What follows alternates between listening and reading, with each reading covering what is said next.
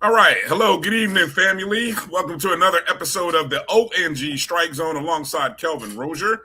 I'm Bryan Fulford, and Marcus Green normally would be with us, but he's on assignment. And so you'll see Marcus, maybe you'll see Marcus in the chats. Maybe he'll join us later. But Marcus did prepare some good stuff for us today. Kelvin, how you doing? Give us an update on what's going on with you in Tallahassee. And I'm going to finish reposting this message here on Twitter. So go ahead. What's good, man? How you doing? Man, I'm doing wonderful. I'm getting excited now. We're getting closer and closer to the start of fall camp. And, the 100 just had their band camp. So, you start hearing that music. And, a few more people start trickling in town. So it's football season, man. And I'm feeling good, feeling real good. Yeah, I think there's some good optimism after Media Day. SWAC Media Day, and all the media days are actually done. The last of the major four HBCU conferences had their media day today, the SIAC. And I think now that all of those are in the books, I think on some of the other shows, we'll kind of begin to talk about, who represented themselves well. But I think overall, I think FAMU has really caught the attention of a lot of people. I think people who may have questioned or wondered what FAMU might be like or who FAMU might be, I think that number 10 ranking was deserved, and hell, as we talked about, probably should have even been higher. But yeah, absolutely. And a lot of the narrative around our team at Media Day didn't really center around the talent of the coaching. No, it was the off the field stuff. Do you have something to play for? That kind of thing. So, I think they understand. We still FAMU. Ain't nothing changed. And I thought one of the best things that Coach said was with the new poll. I mean, it now opens the door for FAMU to remain in the conversation at an even more heightened level. Yes. Because I think we would have been in the conversation. Like I said, we continue winning, we continue to have good games, and like we talked about at the show, we have the opportunity to remain in the conversations. But now it's even bigger because we do have those opportunities to play. I'm just going to flat out say it, play spoilers. And, FAMU could end up with the best record in the East. Oh, yeah. And damn it, I'm going to hang a banner up as East Division champions.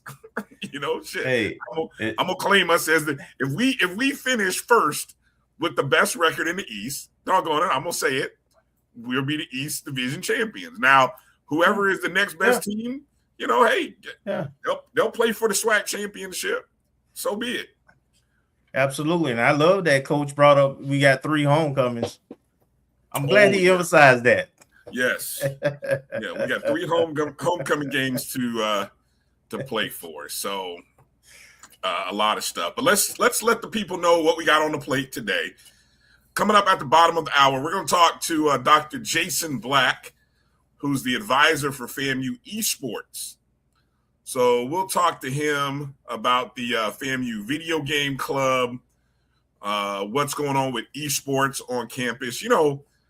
I feel like esports is one of, now I love video games. I just don't have the time, unfortunately, to play them.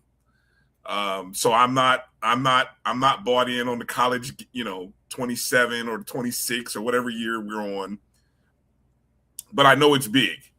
So getting a chance to kind of talk to him and seeing how is that? Because there was a time we were talking about that as an emerging sport.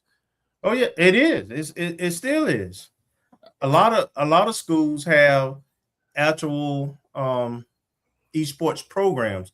Yes. We got a club, and that's one of the things I want to. When we talk with Dr. Black, I want him to kind of talk about the distinction and some very exciting things that will happen in the fall. Okay.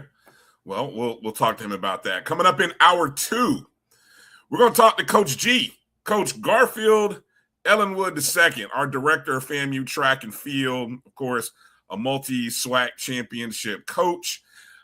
A lot of changes happening with our track and field program. We have seen the NIL bug, transfer bug hit our baseball program.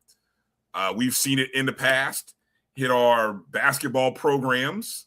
It's not uncommon in football, but track and field has some significant hits that they have taken. And so we will talk to him about that, and we'll kind of go through and spotlight some of the athletes. Some big-time names have he's doing a great job of replacing them, Bryan. Yes. But the places where some of these athletes went is pretty impressive, right? It's pretty impressive. Yes, it is impressive. And so we'll always love talking to Coach G, very honest and open. So I know we'll get a chance to talk to him because he's done a great job of reloading. This is the word we'll use, right? Not replacing, reloading. Yes. And so that's what we'll talk. And then at the bottom of hour 2, not to keep them waiting, but it's just a loaded show. We missed them last Wednesday when we were in Birmingham. So this Wednesday, we've got the ladies of Fang Exchange, Ashley and Tache, the design creators of the sharpest dressed athletes of all media days. And I've now seen all the media days. And it was unanimous. Even people from other schools had to give it up and acknowledge. Yeah, I think if we did a drip check or whatever you want to call it, a fit check, whatever, of all the programs across all 4 conferences, FAMU took home first place prize. So I don't know which one of you content creators are going to do that. But if FAMU's not number 1, you're sipping on some sauce. That's all I'm going to say. So we'll go behind the scenes and kind of find out how all of that came about, because that's what I'm curious about. And with so much going on, I only got a little snippet and was only able to kind of talk to Ashley and Tache a little bit about how all that came to be. So I look forward to them shedding some light on that. And then, of course, NIL is always a big issue. So we'll talk to them and try to gather up the troops and see where we're at with NIL. Hopefully all of you who are in Rattler Nation watching our show are a contributor in some way. And we just got to bluntly put it out there some way. I mean, absolutely. If you all are watching this show, you are probably and most likely an avid supporter of one or all of FAMU sports programs. Well, guess what? All of you need to be supporting FAMU's NIL program. Absolutely. And that's through Fang Exchange. Now, we're going to get into some interesting conversations because various schools I've heard in these media days, we're talking about they're doing rev share and things like that. And it it just continues to be a head scratcher about how far behind we are. And I don't know. I attribute it to the turnover. You know, I kind of had that discussion about it last week, Wednesday. I attribute it to a little bit of all the turnover and inexperience. Things already move kind of slow. So, but I think some things may be happening in the background still, but it just ain't happening at the speed that it needs to. Yeah. The wheels move very slow on the highest of 7 hills, and somehow, some way, that's got to change. Yeah, got to change. But anyway, let's get into introducing and saying hello to some of the family that jumped in early before I turn on the chat and say hello to everybody. Kelvin, I don't know how you beat all these people in. You know, you beat everyone in. Ken Rozier, it's a Rozier double jumping in early. Shout out to the Rozier. Shout out to Ken. Thank you for being a JBN subscriber as well, Ken. Bull checking in. Good to see you, Bull. Thank you for checking in. Jimmy Mack, also, good evening, Jimmy. Good to see you. Ashton Harris. What up, Ashton? Dr. Melissa Wilson. Checking in. Good to see you. B Starks, a JBN subscriber. Thank you, B Starks, checking in. Makiba West, thank you for checking in as well. Meredith, JBN subscriber. Hey, Meredith. Marcus, representing Middle Georgia. Good to see you, Marcus. Mary 305, another JBN subscriber. South Florida in the house. Lil Baby. Good to see you, Lil Baby. Is that the legend? It's the legend. The GOAT. He must jump in thinking he was going to get a third strike awards. Look, I mean, you know, he got big news himself, man. Mr. Padilla popped the question, got a hell yeah. And congratulations. Congratulations, Josh. Yeah, congratulations, man. Congratulations. So if you know, you know. But shout out to the Padillas. S, with an S on the end. Hello. Hello. Thank you for checking in. Bull, I already got you. Yes, sir. 5 weeks away. Coming up on 5 Saturdays. And can't get here fast enough. Shaco, thank you for checking in. Good to see you. Alice McCullough checking in from the 561. Palm Beach in the house. Oh, Jimmy Mack, you got to give me, man, look. You got to give me a shout out. Don't tell me on the show that you're in town.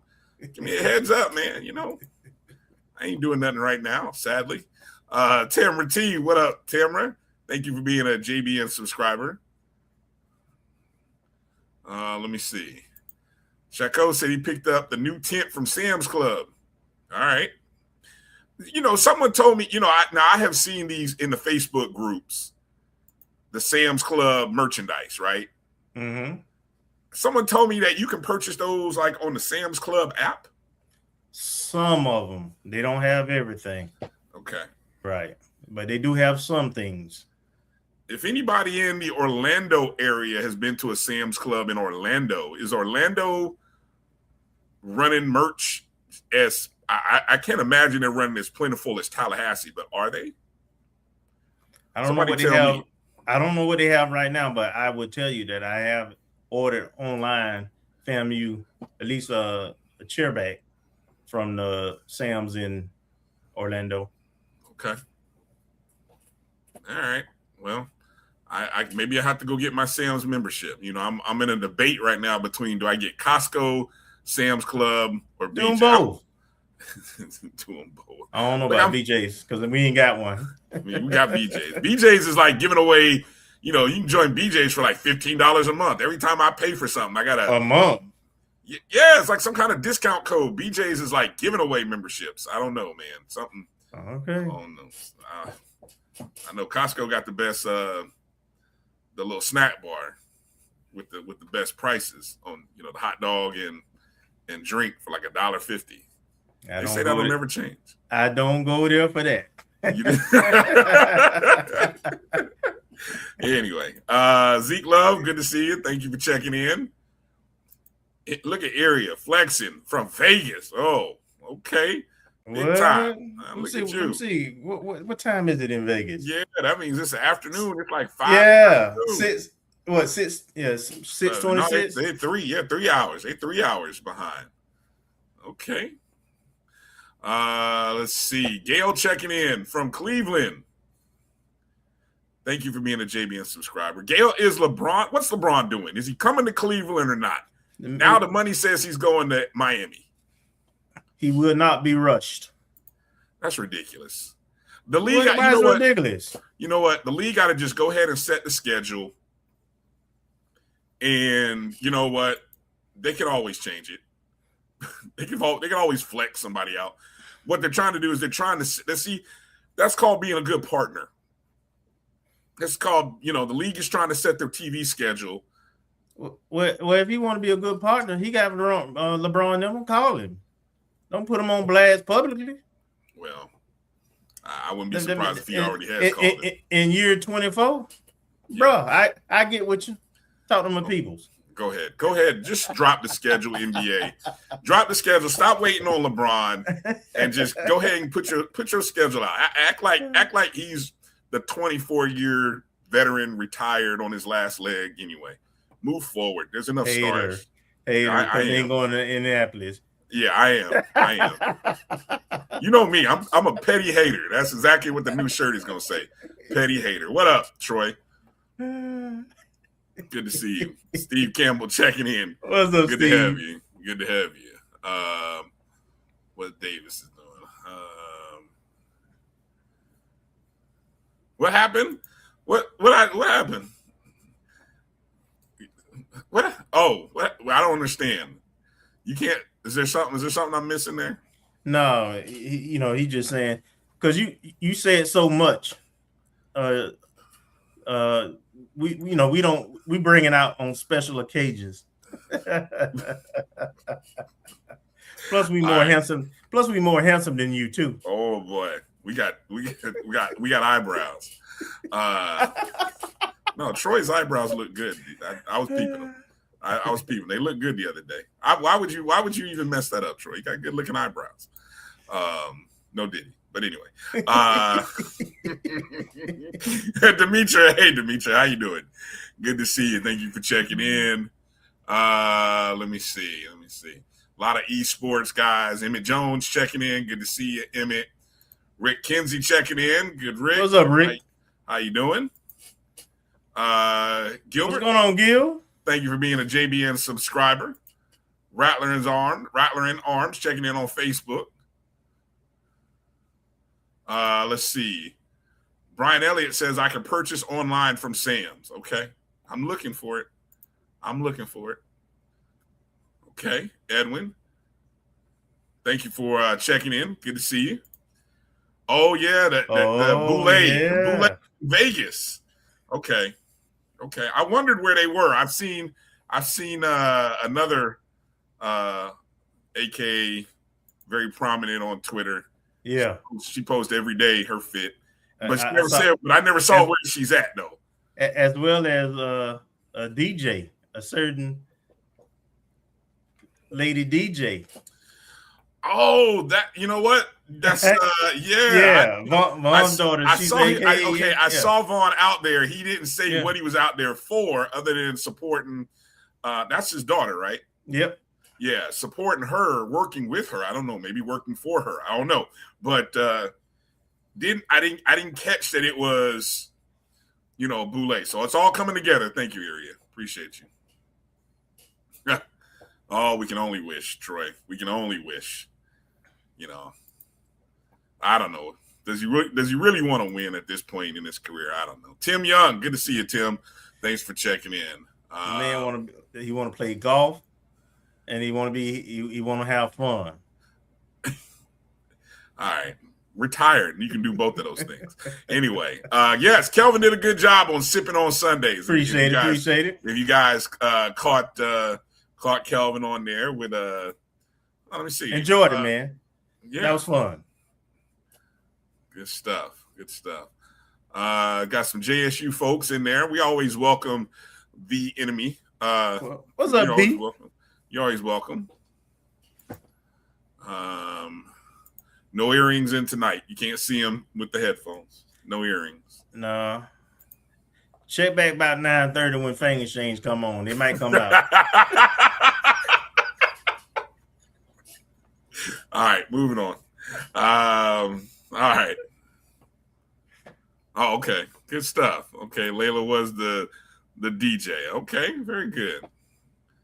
Good to see. And hopefully somebody approved all the musical artists and all that stuff. So, no trick? No tricks for kids.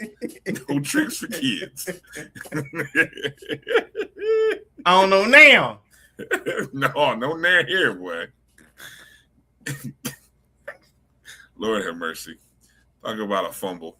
Anyway. All right. Checking in from Baton Rouge, Brian Fowler. Good to see you. Thank you for checking in. What's up, Jags? Hey, real quick thought. Again, SWAC Media Day is over. We had the any other big takeaways? You know, I was going back through and scanning some of the post interviews, you know, because you do those in the moment. And I'm the kind of person that I kind of retain and then I just kind of move forward. But were there any big takeaways for you that maybe you went back and caught from either anybody else's clips or interviews that either Coach Gray or the guys did that resonated with you, Kelvin?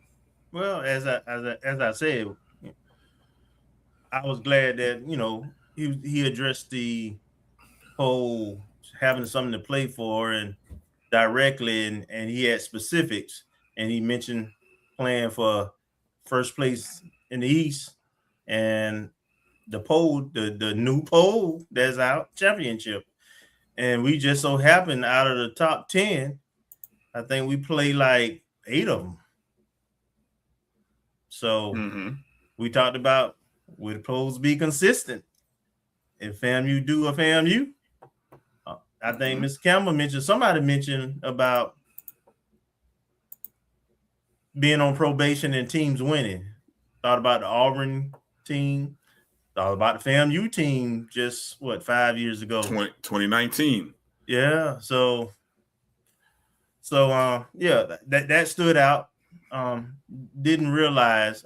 I knew we had some new people on the roster, but I didn't realize we had another transfer quarterback. So that I paid attention to that, and we'll talk about it later. And then outside of that, the guys looking sharp, man. And one thing that is, I can see the leadership and why Quinn brought both guys, but specifically Knowles is very aware, knowledgeable.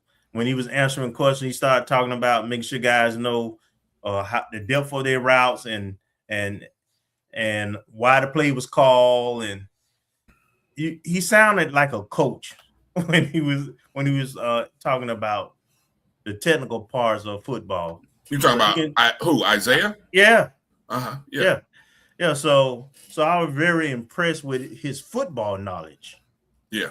He got the talent, but I just think he's going to be a monster.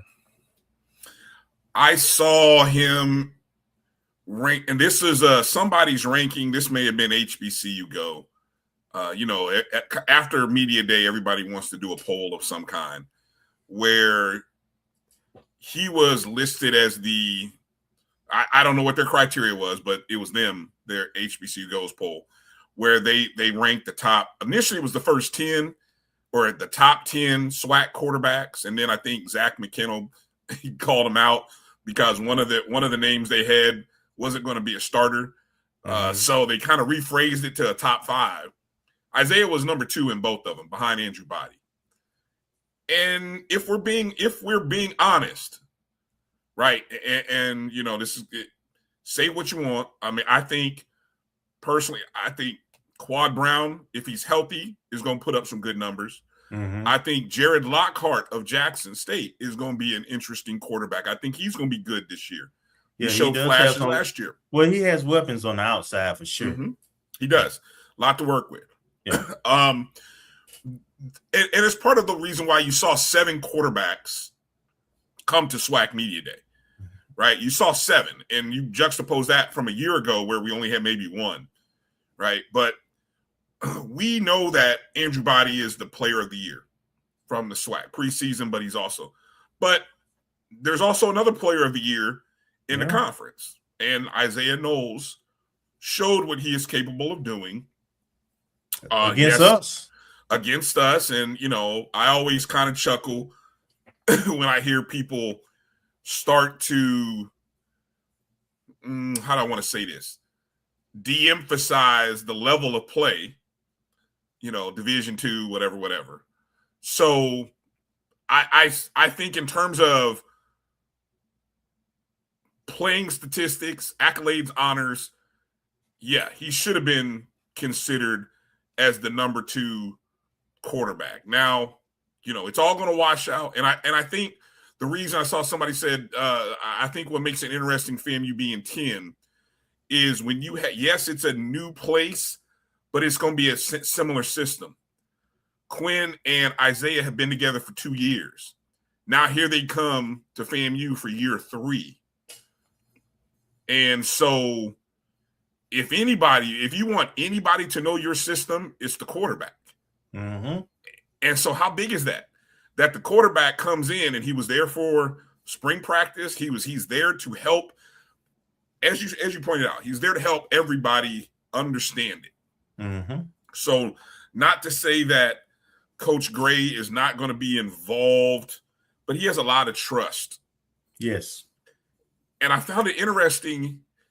He didn't talk to us about this, but he mentioned on the ESPN, the SWAC TV broadcast with Tiffany and Jay, that he actually met with Coach Joe prior to coming to media day. I had no idea that meeting took place.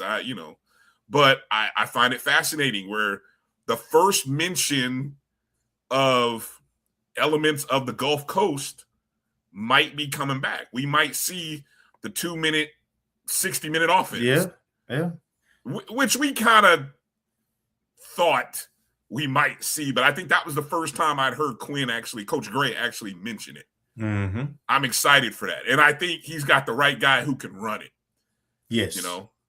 So that's exciting. I also thought I heard Coach Gray said the cannon was coming back. Boom. Boom, boom, boom. That thing is going to go off. There's a real possibility, folks. We might see over 30 points a game. Yeah. As an average. It's been a long, go back and look in the books. I don't think our previous 2 coaches averaged over 30 a game offensively. I mean, they sure tried, but it just never happened. This is going to be an explosive offense. Yes. So those it's safe to say that did the cannon go off on field goals or only touchdowns? Or is it points? All scores. So, yes, bring your earplugs, be ready. Be ready. Now, hopefully they better bring enough ammunition. Yeah, bring enough ammo, man, because that thing's gonna go off. Let me see. Those were the 2 big things I heard. I'm trying to see. Did I hear anything else from Gray regarding Coach Gray regarding offense? No, I think that's pretty much it. Yeah. All right. Well, I'm sure we'll get into talking a little bit more later in the show when we talk to Ashley and Tache, and we'll tell you more about that the new transfer quarterback that was mentioned and what that means for the quarterback room. We'll speculate on that. Always like to do that. So we'll talk more later in the show. But let's take our first break as we get ready to, on the other side, talk to Dr. Jason Black, the advisor of the FAMU Esports Club. And we'll talk to him on the other side of this break. Hang tight. If you got any questions, drop them in the chat. I'll go ahead and star them, and we'll go from there. You're watching the O&G StrikeZone right here on the Black College Sports Network. Bryan and Kelvin here tonight. We'll be back right after these words. From cancer care to accidental injuries to cardiac care, we all know that there are times that you can't control what happens in your life. But with Globe Life Family Heritage, you can be prepared to weather the storm when it comes. Call Dr. Beverly Eagle Rogers at 877-300-8269 or visit the website at globelifefamilyheritage.com. With over 25 years of serving communities, Dr. Beverly Eagles Rogers is here to help you and your family through difficult times. Dr. Beverly takes pride in Globe Life being one of the few companies that returns 100% of premiums to clients that stay healthy. So for more information, call Dr. Beverly Eagle Rogers at 877-300-8269 or visit the website at globelifefamilyheritage.com. If you've ever told yourself, I want to get into real estate but don't know where to start, here's something just for you. From Friday, July 31st to Sunday, August 2nd, the Learn Real Estate Fast Masterclass is coming to McKenzie Office Park in College Park. You'll learn wholesaling, commercial investing, and how to purchase property with zero money or credit. I can tell you, education and access are everything. This masterclass is designed to give you both. Whether you're brand new or ready to level up, this is where you start making real moves. Enjoy free lunch, free study materials, and receive a certification of completion. So don't wait. Seats are filling fast. Do not sit on the sidelines while others build wealth. Take that first step toward ownership and legacy. Get your tickets now at learnrealestatefast.com or tickpick.com. For more information, call 678-859-3303. Master the market. Build your legacy. Secure your future today.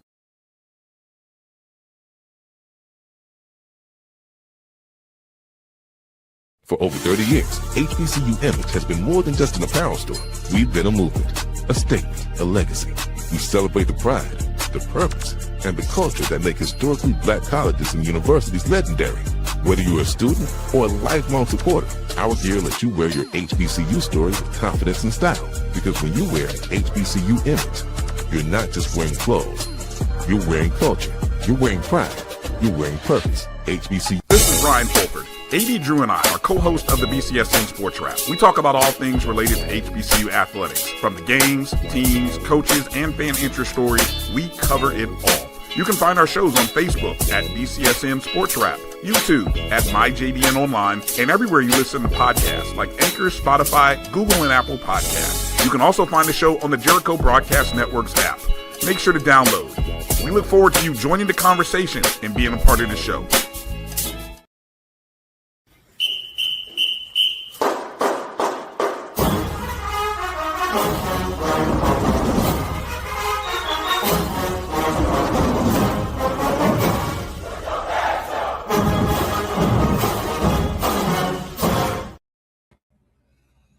All right, welcome back to the O&G StrikeZone alongside Kelvin Rozier. I'm Bryan Fulford, and joining us once again, Dr. Jason Black, advisor of FAMU Esports. Dr. Black, welcome back to the O&G. How you doing? Hey, I'm doing good. How's everybody there? Doing great. Doing great. Great. All right. Well, I said it earlier, the esports emerging market, but I feel like is it still an emerging market or has it arrived? Are we still kind of in that phase? How would you evaluate that statement about esports as an emerging sports entity or market? So I look at esports now being maybe as a young adult. So it's no longer arriving. It's already here. And they're starting to develop the platforms and develop the landscape in which people can participate in the various ways that they can participate. We've seen a lot of development over the past 5 years or so in that space. So I think even since the last time we talked about it, there have been a lot more schools that have set up programs, have set up labs. You see a lot more tournaments pop up around the country and even internationally. So it's really exploding in a way that we really didn't even anticipate when it all first started. So we're just happy to be a part of it. Okay. the FAMU Video Game Club. If you're on Instagram and want to check it out and follow, it's FAMU VGC, Video Game Club. And that's you can find it on Instagram. Tell us, all right, so what's the latest and greatest with the esports or the video game club? Well, we started a video game club back in 2014, 15. Started out as a small club. We've still been existing as a student organization primarily, which I'm the advisor for. And the video game club has its own lab, which is currently housed in the School of Business, where we have a small space where students can come and compete. They can also come and learn how to develop. If they're interested in learning game development skills, they can learn those there. We also have seminars, workshops, etc. So as we set the lab up, the lab was initially just limited to students that were members of the video game club. But as you already alluded to, there's this explosion of esports, especially in the HBCU world. So we have been pushing the university for quite some time to set up a university-wide lab. And finally, we have got that ball rolling. So we're actually looking to launch a campus-wide major, fully tricked out, as if you want to say, esports lab that's going to be located in Coleman Library. So we have been spending for the past year developing the architectural plans, developing the equipment layout, and what that's going to look like. And I am very, very excited for how that's going to roll out. That's expected to open up in August. So next month, towards the end of the month, we should be launching that lab. We'll have a formal christening, huge press release. But the beautiful thing about the lab is we're actually building two spaces. So if you walk in Coleman from the main entrance that comes off of the quad area, there used to be two labs on each side of the atrium that were just computer labs. Well, we have basically commandeered those two labs. So one side on the left is going to be PC games. So students can come in and work on, they can not only play games in PC consoles, but they can also learn how to code, learn how to develop. There will also be a broadcasting component in there. So the university is looking to launch a Twitch channel that will be associated with esports. Nice. We're going to be using students or asking students to participate that are in journalism and other majors, who will be the hosts and MCs for different events that will happen.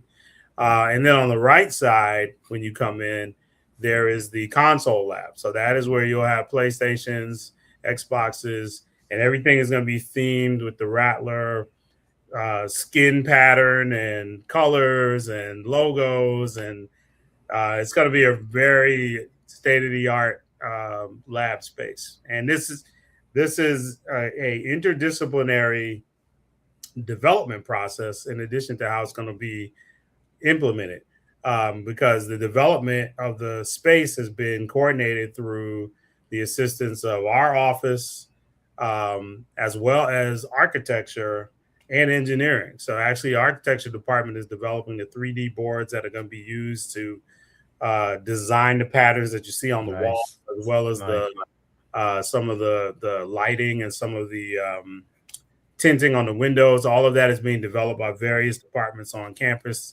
student and faculty. So this is a interdisciplinary effort in development, and also going to be an interdisciplinary effort in the actual maintaining and the running of the lab. So we're really excited about where that's going to go. Wow. Well, hey, congratulations. I mean, that's major. That's huge. Yeah. Wow. I have a lot of questions and thoughts. Go ahead, Kelvin. Sure. I want to get on the financial side of this thing. So how was this funded? The new space?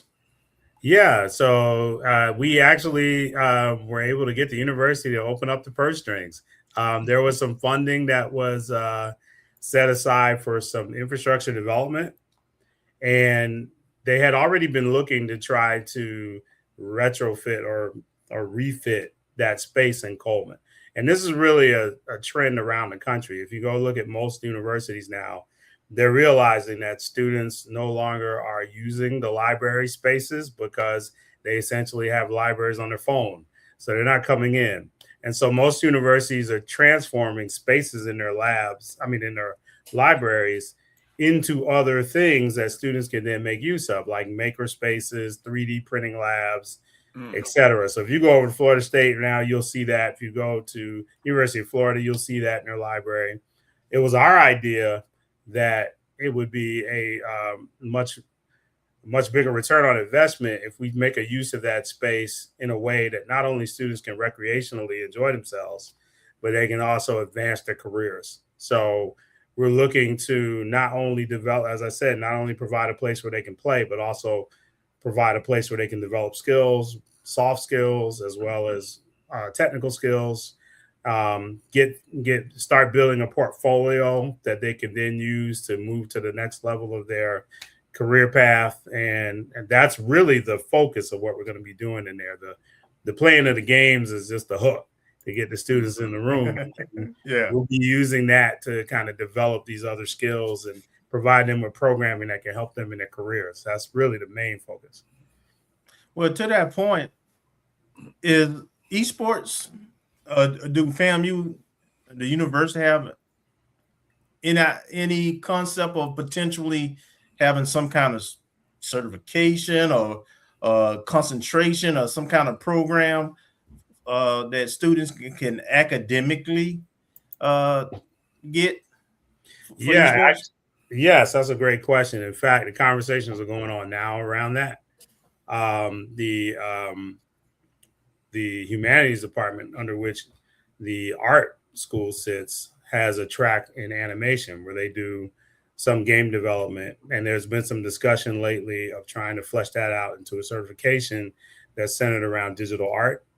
We're also looking to, over here in the School of Business where I sit, we're looking to try to provide courses that can lead to potentially certification in esports management, which is a very important field right now. Students want to get into the space, but there's also the business side of the space. Yes. Right? And so there's the whole sales, the marketing, and then even if there are teams that are competing, those teams have to be managed. And so this is a multi-billion-dollar business internationally right now. And really people who compete, the ones who do well in the space are those teams that are well managed and well structured. And so we're looking to try to put students in a position where if that's something they wish to do, they can get a certification and things like that so that they can move that on into into their career plans.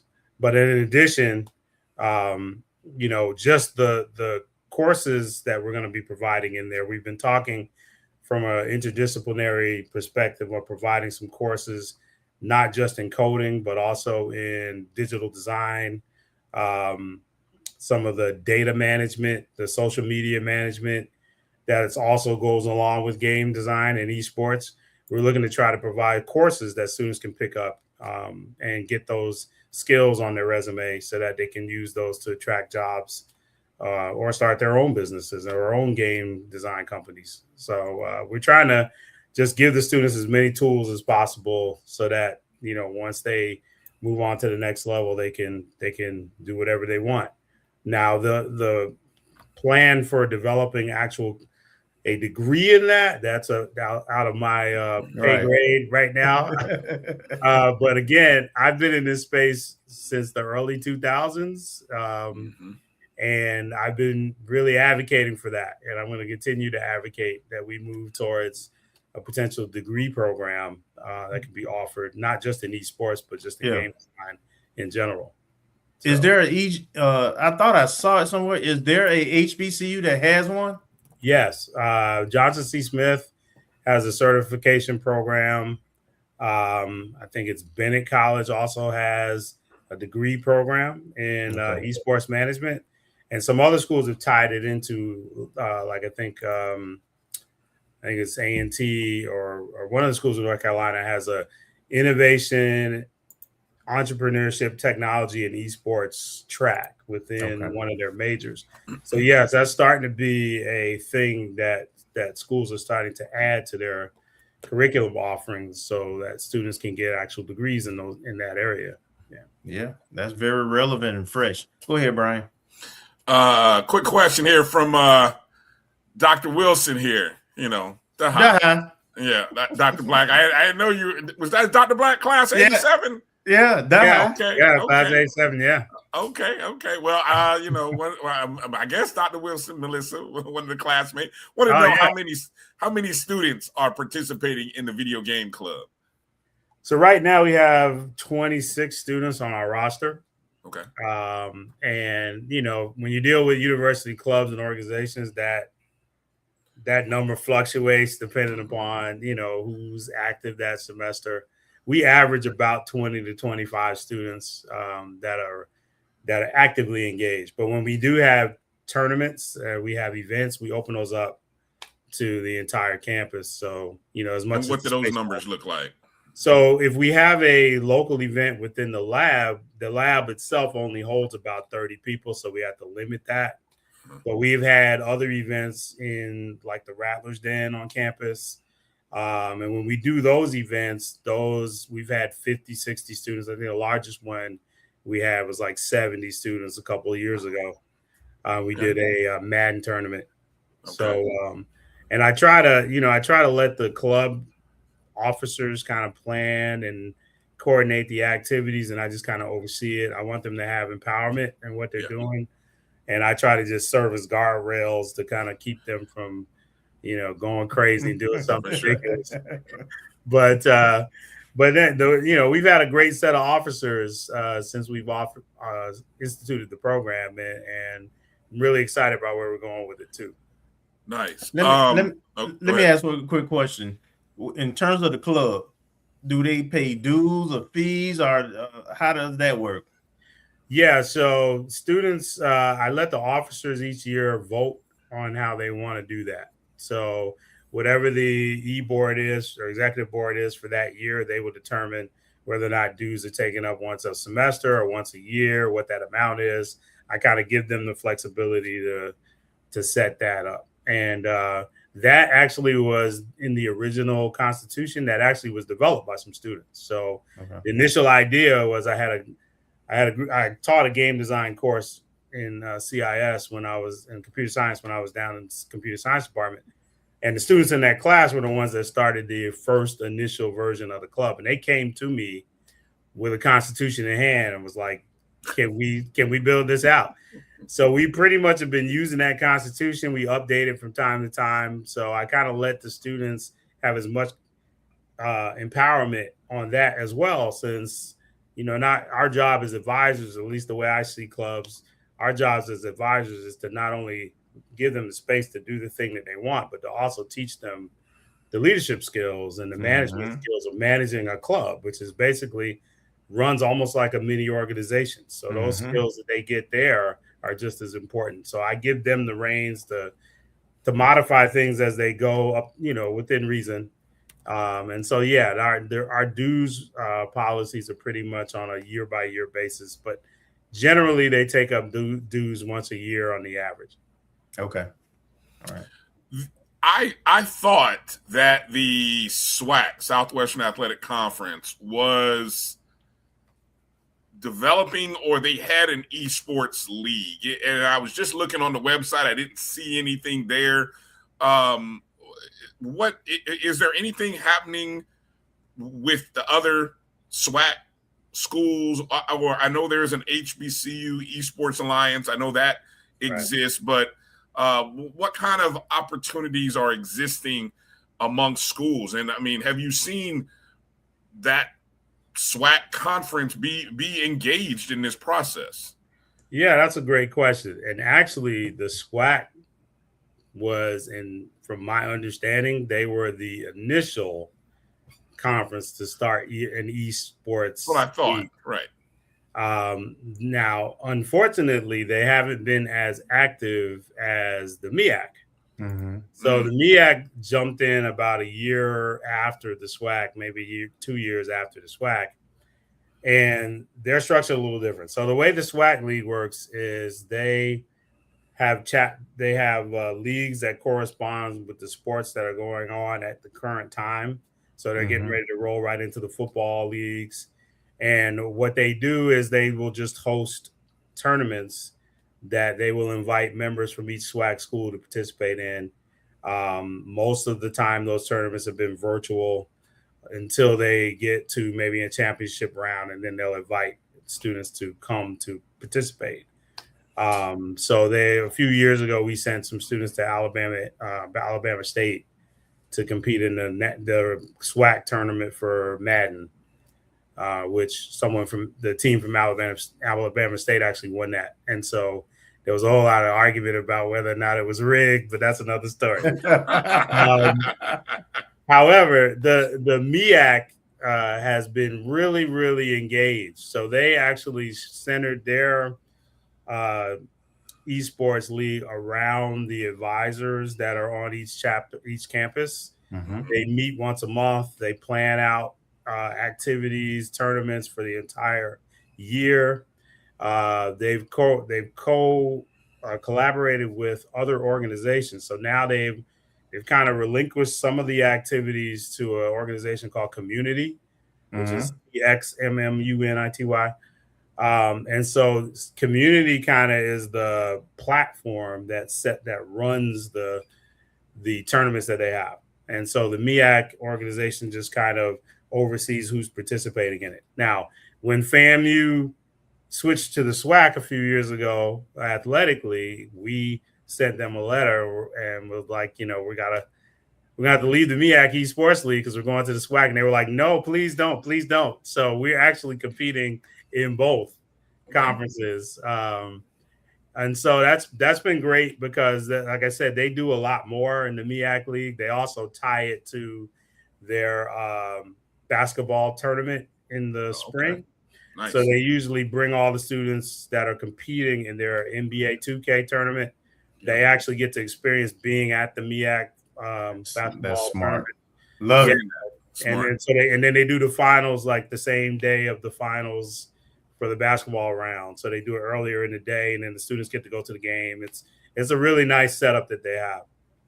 And then there's another organization called Power 4, which is kind of also was a spring off from the Community League, where they are forming a power set of HBCU schools that are competing in different tournaments. So Power 4 has their own platform, online platform space that they use. They also use Discord to communicate. And so they roll out a series of tournaments that are not just sports related. So they have Call of Duty, you name it. And so that's funded by a lot of corporate entities. So there you go. Rockstar is there. Red Bull's a part of that. So there's a lot more money involved. A lot more prize money gets given out to students who compete from that league. So we've had students that compete in all three sets that I just named. And then we're also a part of the Black Collegiate Gaming Association, which was founded by FAMU alum Keisha Walker. And so she has been a very strong proponent of esports among HBCUs in particular. So she's provided a lot of funding, a lot of support. Some of the initial equipment that we got when we set up our lab was donated through her efforts. And so she also has tournaments and things that BCGA will offer. So there's a lot of opportunities. BCGA, which is her Black Collegiate Gaming Association, they also have a conference every year. And with that conference, they provide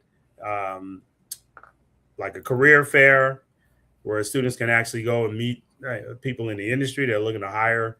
They also have seminars and workshops from people that are out working in the space. Most of the people who are participating in that conference are from HBCUs, HBCU grads that are out working in the space. So it's a really good exposure for students to learn more about what's out there, build connections, build their network. We've had several students who've gotten jobs from attending that conference. So it's been a really great experience to work with all of these leagues. All right.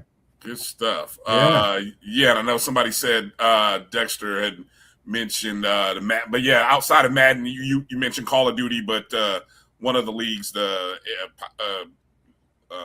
they offer other games other than Madden or NBA 2K, but yeah, and all of them do. The SWAC so far in our experience has offered mostly sports games, but the MEAC, makes sense. the Power Four, they all community. They've done Call of Duty, Fortnite, Smash Brothers, Valorant, many others. So there's a wide range. Whatever the hot game is, that's what they offer, and that's usually what gets students involved. And we've actually had students from FAMU that have won from some of those. We had one student, SBI student, who won a Smash Brothers tournament a couple semesters ago and won $50,000. So that's money that goes directly to the student. It doesn't go to their. It doesn't have to go to their account or anything. So. Yeah, so it's a great experience. Let me ask a fun question. Do you play and are you any good? Well, my skills are a little rusty. I thought I was good until I started playing in these tournaments.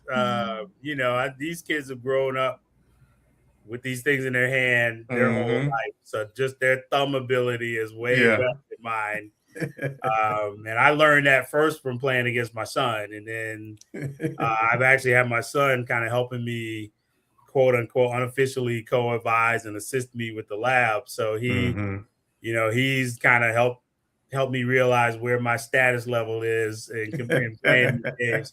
So I stick to some of the other ones that aren't as requiring of quick thumbs to compete. But I do play from time to time. Yeah. Okay. All right. Any other final questions that you want to get in, Kelvin or Dr. Black? Is there anything else that I know, like for me, one of my biggest thoughts and questions has to do with exposure and how do we continue to promote these events, because it's obviously if we're not following along, but being able to publicize or promote not only the events, the students, and the activities, it's hard to kind of see where everything is. Like you just said, there's 4 different leagues. How can people support? How can people follow along with what is happening in the esports space for FAMU? What's the best way to? And how can students put in is an application process? How can students contact you all and see and try to join? Yeah, so I'll answer the easy one first. So the easy one, if you're interested in joining a video game club as a student, all they need to do is contact me. Clubs are in the process now of being re-registered for the fall, so everybody's kind of dormant right now, but clubs will re-institute like the first week in September, and then we'll be taking applications. There's usually a club organization fair that happens where clubs can kind of put themselves out and expose themselves to the rest of the campus. So we'll have some members there at that. But yeah, right now the best way to join the club is just to contact me and let me know you're interested. And when the applications go out, I'll send them out. Now, as far as what we're doing with the campus lab, you're going to hear about it. The provost, Allison Watson, is chomping at the bit to start advertising and promoting what's happening with that space. There's going to be a gigantic press release. Like I said, we're going to have a YouTube channel. There'll be a Twitch channel. There'll be constant programming that'll be rolling out on that. Probably once a week. We'll have VJs who will be out and kind of, have their own presence online. We'll have a social media presence. So all of that is going to get rolled out through most of the university channels once that's ready to go. And we'll be looking to get organizations like the O&G StrikeZone to come on and and speak to the students and let them know Oh, that for you're out sure. there too. So we'll definitely be collaborating with you guys once we get set up. Hey, that would be great. We would love to help promote that and talk about that. And heck, I've even we maybe talk offline, but I mean, we'd love to be able to kind of, as a broadcast company and a broadcast entity, we'd love to be able to find a way to help push the broadcasting of these, because I know there's a lot of people who like to watch. I mean, who play and participate, and so we'd love to kind of be a part of that and figure out how we can be a part of that. So that's one of those great conversations. Maybe we'll have to have in person. I'll be in Tallahassee several times this fall, so so hopefully it's a conversation I can get up there and we can chop it up and figure out how to be a part of helping do that. That sounds great. All right, let people know how they can find you. You mentioned contacting you. How can they do that, Dr. Black? Yeah, so you can send us a message on Instagram at the FAMU VGC is the handle for that. Or you can also email me, jason.black@famu.edu. Just reach out. Let us know what you'd like to know or how you want to get connected. We'll connect you, and we'll definitely get you on our list to be sending out information as we start branding and building up for the big launch of the lab. When that comes out, we'll definitely get that word out as best we can. All right, we love it. Anything, any time that you have something on social media, make sure to tag us at O&G StrikeZone, and we'll promote and we'll share. And so we'll look forward to that big announcement. Congratulations on that, as the Esports, FAMU Esports opportunities continue to grow for students on the Hill, man. I tell you, boy, these kids, they don't even know. Going to Coleman, and you ain't even got to open up a book. I'm going to go play video games at Coleman. Exactly. All we did was play spades. That's all we had. Right? So, I mean, they've got it great. I tell you. Oh man, love it. Well, hey, Dr. Black, continue the great work. Thank you for coming, joining the show tonight, and be well. And we'll definitely talk with you soon. All right, thanks a lot. Good to see y'all again. All right, thanks, Doc. All right, Kelvin, take care. All right, coming up on the other side of this break, we'll talk to our track coaches. Look like we got Coach G as well as Coach K, who's going to be joining us here as well. So coming up on the other side, a lot of news, a lot of things happening in the FAMU track and field space. So we'll talk about it all with our director of track and field and cross country, Coach Garfield Ellenwood II, on the other side. Get your questions ready. We know y'all got some questions. We'll be back right after these words. You're watching the O&G StrikeZone right here on the Black College Sports Network. We'll be back in just a moment. When it comes to professional learning, teachers deserve better. From the leader in online learning, Stride brings you the Stride Professional Development Center, an on-demand library of mobile-friendly courses that gives teachers choice and flexibility, allowing them to learn anytime and anywhere. Our dynamic courses provide bite-sized learning and help educators advance their knowledge while also gaining professional development hours. It's time you take charge of your learning. Visit us today to get started. Planning an event? From weddings to corporate functions, CMJ Events LLC brings over 15 years of experience to make your vision a reality. Based in Metro Atlanta and serving statewide, even internationally, we provide versatile event planning and authentic catering cuisines tailored to your needs. Whether it's pre-game meals for student athletes, fundraisers, weddings, corporate functions, CMJ Events LLC is your one-stop solution for exceptional service and unforgettable food. Our diverse culinary heritage means we cater to all cultural tastes, dietary needs, and food restrictions, making every meal uniquely yours. Let's make your next event unforgettable. Visit us on all social media at CMJ Events LLC or email us at cmjeventsllc@gmail.com. Also give us a call at 404-664-3882 so that we can start planning now. From cancer care to accidental injuries to cardiac care, we all know that there are times that you can't control what happens in your life. But with Globe Life Family Heritage, you can be prepared to weather the storm when it comes. Call Dr. Beverly Eagle Rogers at 877-300-8269 or visit the website at globelifefamilyheritage.com. With over 25 years of serving communities, Dr. Beverly Eagles Rogers is here to help you and your family through difficult times. Dr. Beverly takes pride in Globe Life being one of the few companies that returns 100% of premiums to clients that stay healthy. So for more information, call Dr. Beverly Eagle Rogers at 877-300-8269 or visit the website at globelifefamilyheritage.com. For over 30 years, HBCU Image has been more than just an apparel store. We've been a movement, a statement, a legacy. We celebrate the pride, the purpose, and the culture that make historically black colleges and universities legendary. HBCU Image, a Kenny T's company. You're looking for the latest information on Southern University sports, the Southwestern Athletic Conference, and HBCU athletics. There's only one place to go. Tune in to the Carlos Brown Show, exclusively on the Black College Sports Network.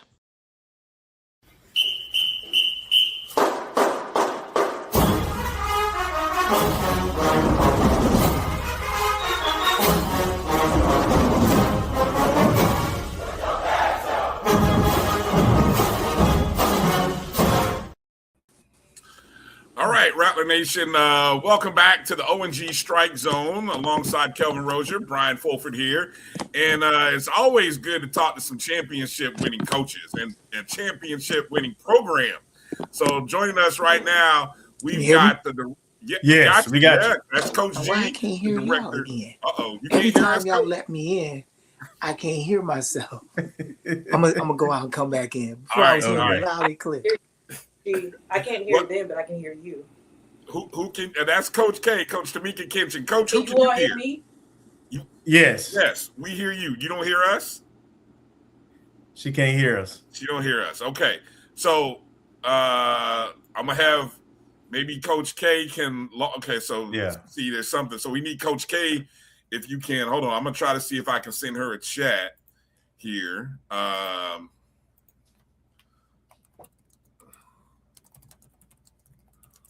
Tell Coach to log out and log back in. So okay, hold on. There's Coach G.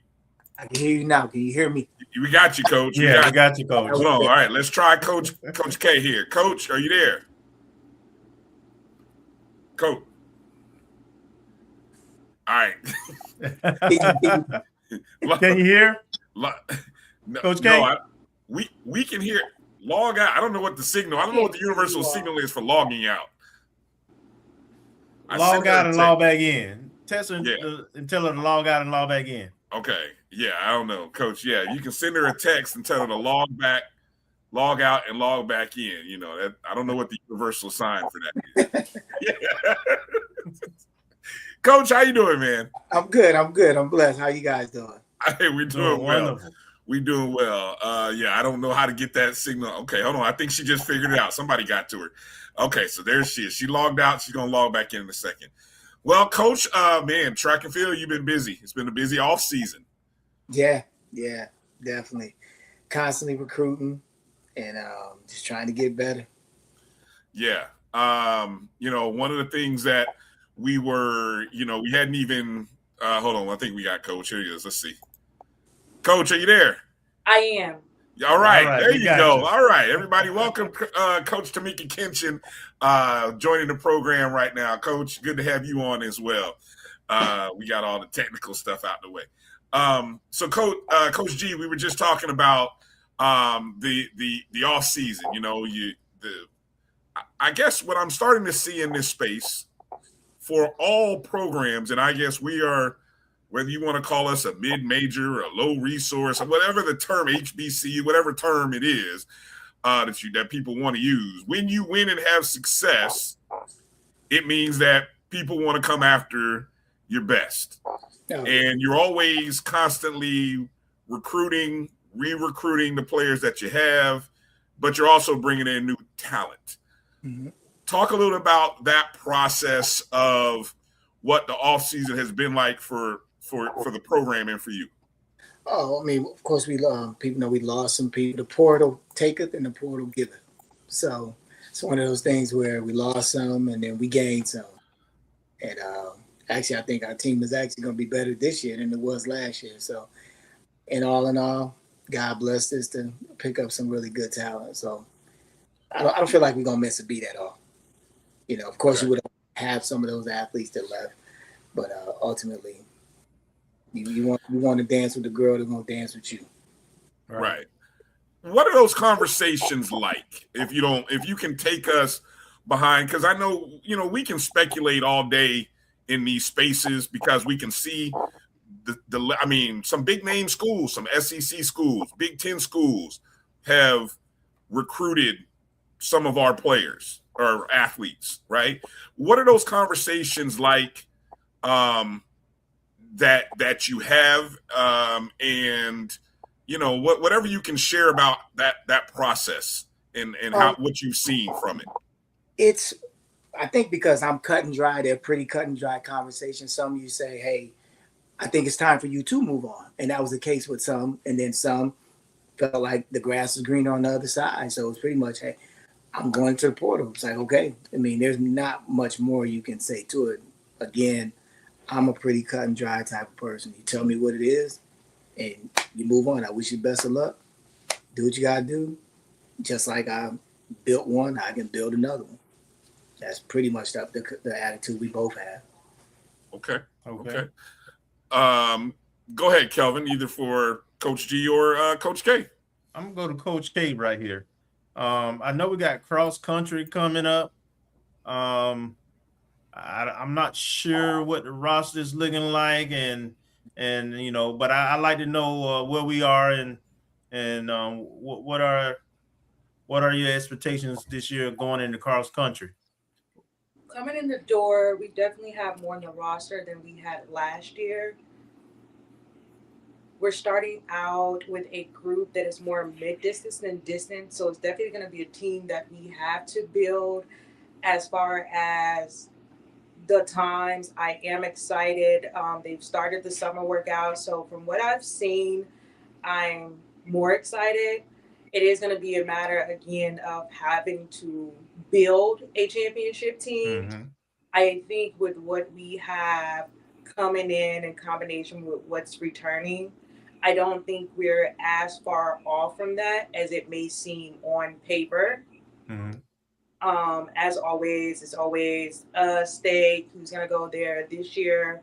A&M has been kind of thrown in the mix. So I know who we have to look out for, and then I know what we have to do. So the focus is just doing what we have to do, and the expectation is for them to all rise to that. All right, and a follow-up question is the SWAC championship going to be in Tallahassee again? It is cross country. It is going to be. It's October 27th, on a Tuesday. Generally, it's on Monday, but because of homecoming, they did push it to Tuesday. So again, October 27th. October 27th on Tuesday. Okay, and then my next question is: how active are you in the recruiting process of the cross country team, and what do you all look for? So very active in it. We are done for this year. I typically look for those that are under 20 minutes in the 5K coming in the door, just because I am more middle distance than I am distance based. I try to look for those mid distance girls that can also run cross country, so that in filling the area of cross country, I'm also filling that area that's needed on the track and field side. Okay. All right. Good information there. Go ahead, Bryan. You wait a minute. You said they moved the date of the SWAC championship off of the Monday after homecoming. Is that what I heard? Yeah, so it's going to be Tuesday instead of that Monday. They did move it to Tuesday. That's a smart move, boy. Yeah, it is. Give everybody an extra 24 hours, boy. I tell you. All right, I just didn't want. I want to make sure I caught that. That was interesting. Let me ask Coach Kitchen, when you've seen the success, and it's been talked about. I know Coach G has praised the work that you've done with all of the ladies in the program.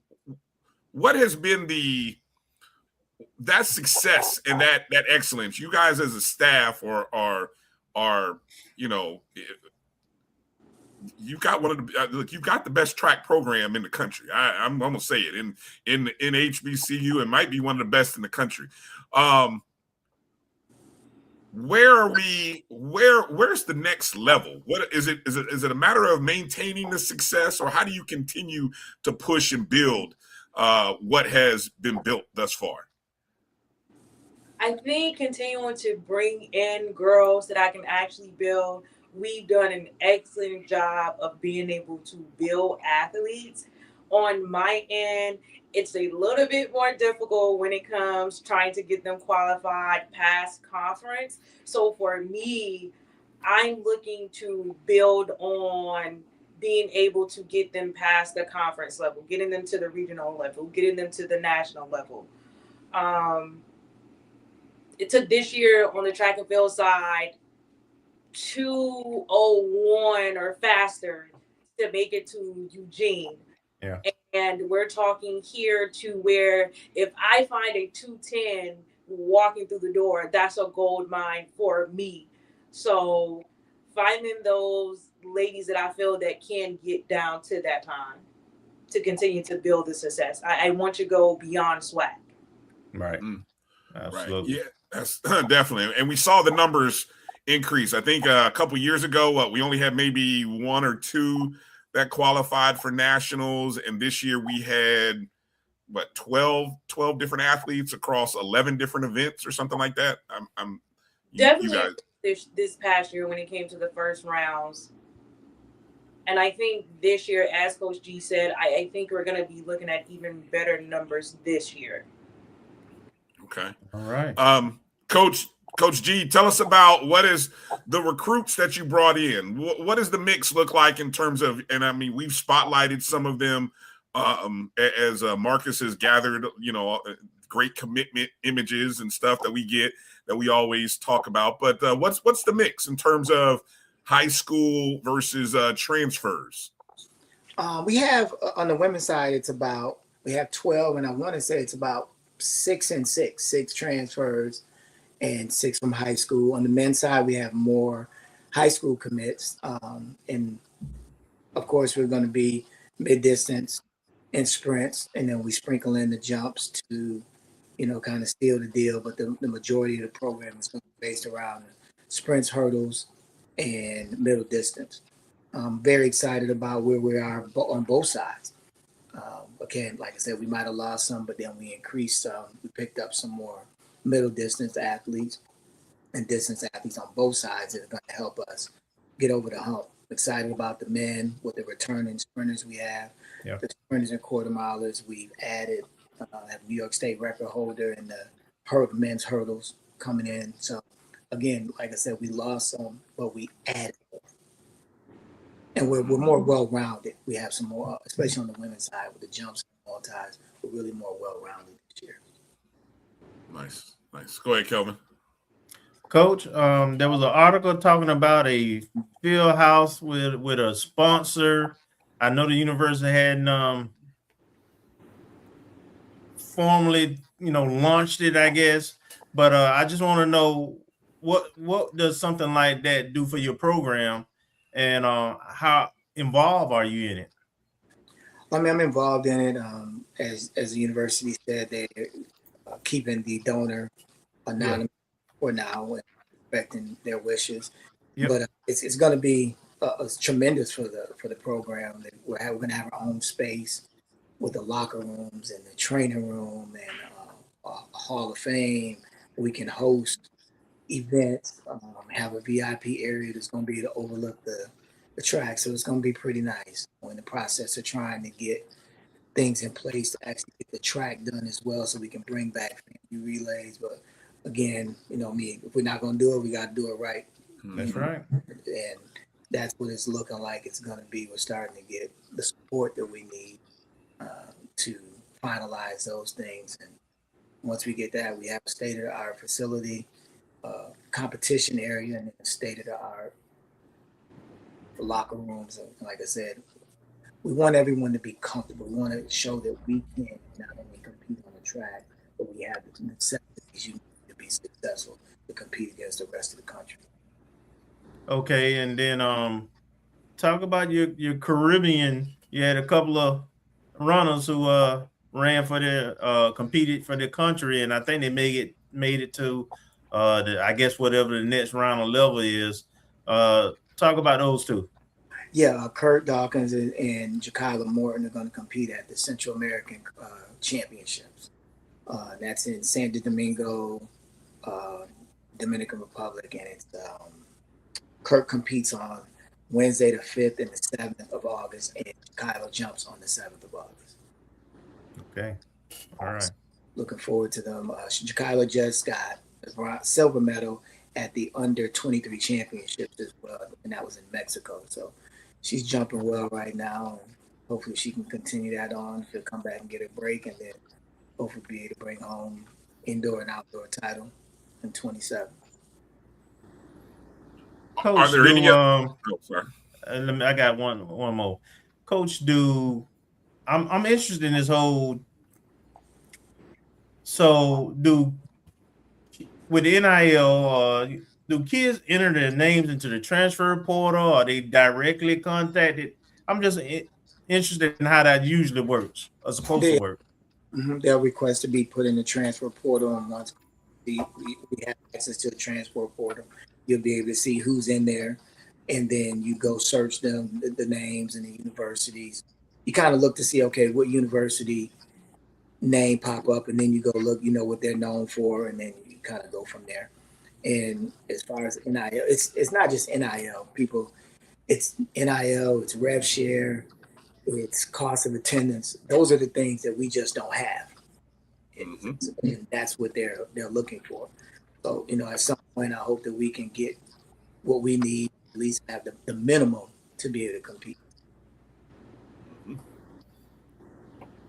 You're on mute, Kelvin. You're on mute. There you go. Okay. All right. In your recruiting, does that impact how you recruit? Oh, no. I'm very straightforward. I tell people we have what we have. I can offer you a world-class education, world-class coaching. And that's what we have. I'm not going to sell anything other than what I can offer. And if you want to get coached, if you're more concerned, I'm more concerned about what's in your chest. Right. You can make the name on your chest. You can take short money now and get long money later. It is what it is. All right. Love it. Let me ask, what is the is the recruiting style for Coach K, and you can speak on this as well. Are you and Coach G similar in your recruiting style? She's shaking her head. I knew it. That's what I wanted to come. Okay. We are nowhere near close as to how we recruit. One, Coach G actually does not mind recruiting. I think he actually likes it. That would be where we differ the most. That's number one. I will say, though, as far as the talent we look for, I think we're a little bit more aligned when it comes to the talent that we're looking for and the level of talent that we look for. I do think we align there. And my having an academic background, I do think that I may hit or target academics first a little bit.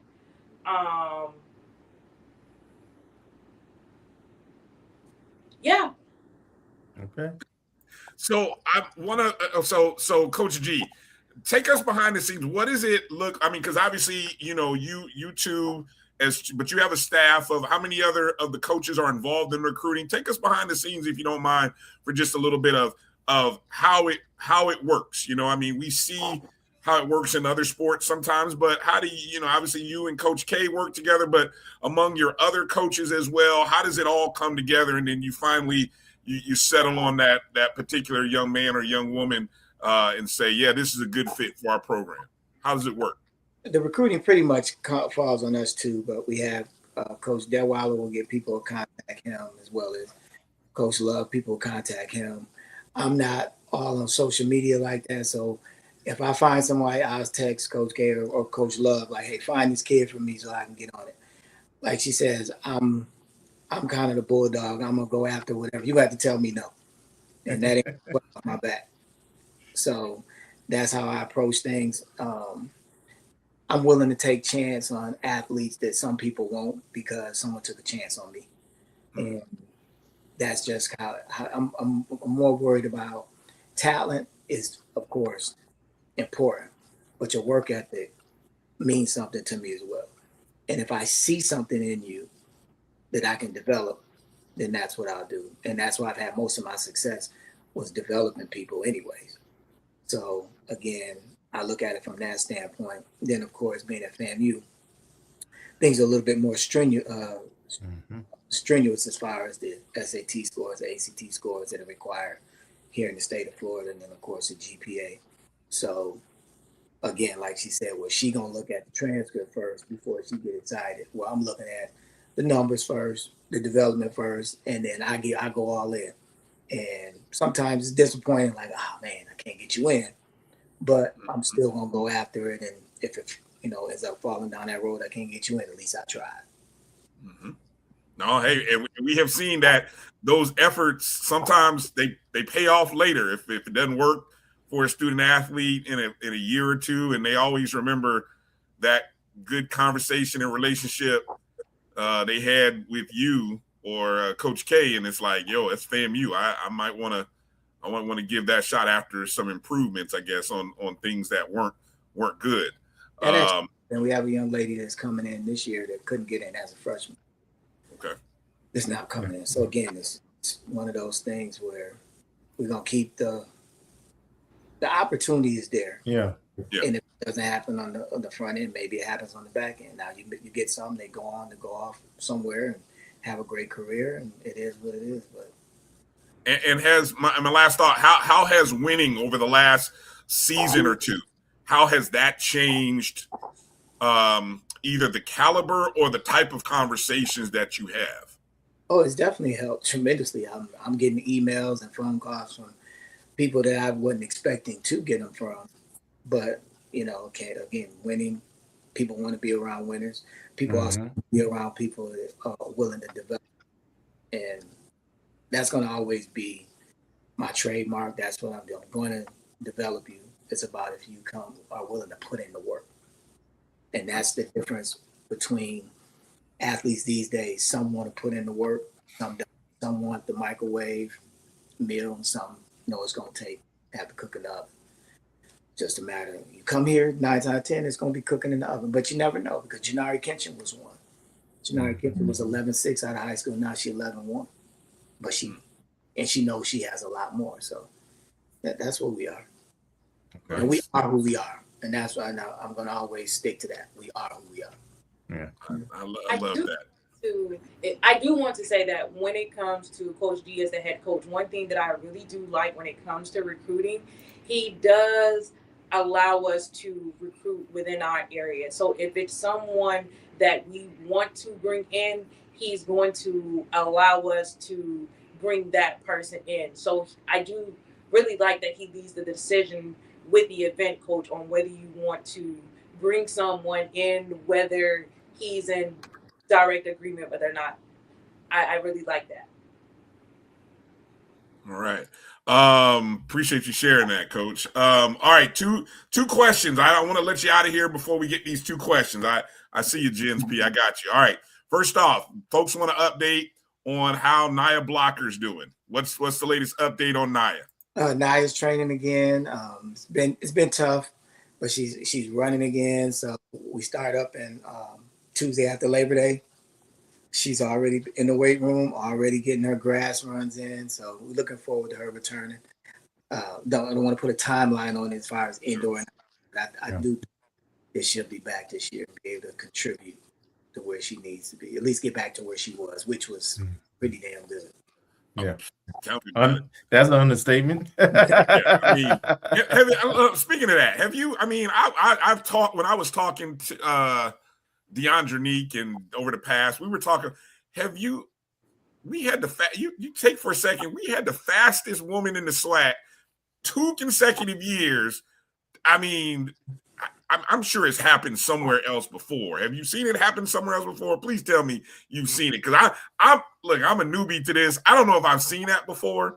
Maybe indoor, outdoor, like the fastest woman in the conference. Two different ladies, 2 different seasons. I want to say, honestly, when I was at A&T, it was the same thing. Okay. From 17 to 18, 2 different people. So it's yeah, I've seen it one other time. And Coach K, how about you? You seen it before? Yes, with Coach G, like he said when he was at A&T, and I think even before Naya, we had Tiana, right? So it's kind of like 3. Yeah. Oh yeah. But Tiana, she had gotten hurt outdoors. That's other. Okay. But yeah, and if Naya hadn't gone down, man. Boy, that'd have been some races, boy. That would have been interesting. Yeah. I mean, we had the top 3 runners in the 100 anyway. So I mean, it was that we might have had that. Woo, good problems to have, right? Good problems to have. Okay, and then Coach, that shirt. Hold on, I'm gonna put the shirt on because V and Matt was talking about that shirt. That's a fundraiser, Coach. That's a fun. Hold on, let me put you on the big screen here. Show people that shirt, Coach. Look, that's an opportunity. That's a fundraiser, Coach. We're let's make that happen. Okay, I mean, if we get requests like that, then yeah, we need to make something happen. It was just something that we were, when we first got here, just looking at some different designs and kind of switch things up, change things up, make it a little separate track. And baseball has their logo. And yep. So trying to find something that we could do for track. So if it's like that, we definitely. Hey, we know some vendors. We know some T-shirt vendors. I know we know some that watch this show. Hey, we need to coordinate and make that happen. We got a lot of people. I know people would buy it. I know they definitely would. Okay. The more gear that we can purchase to support, and hey, if those funds can go back into the track program, woo, there's a winner right there, Coach. Most definitely. You gave me. I'm about to get on this some kind of way. Please do. Please. How is it be? But hey. There's a way. Find a way. We know. All right. Hey, Coach K, Coach G, thank you for joining us. Any final words? Coach K, any final words you want to let people know how they can find you on social media, how they can reach out to you? Any words you want to impart? Don't look me up on social media. All right, Coach. No parting words. I will say it like this. When we talk about the transfer portal, I think as a coach, Jay-Z said it best when he refers to athletes, made one hole, okay, make another one. So when it comes to athletes, that's my thought. If I made one of you, I can make another one.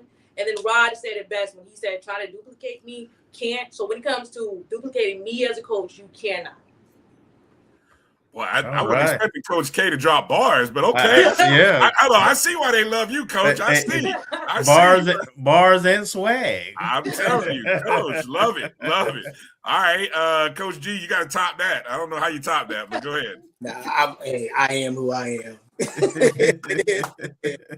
You go, ain't nothing changed me but the date and the time.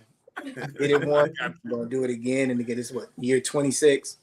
I've probably forgotten more on track than half of these people know. So we're going to be all right.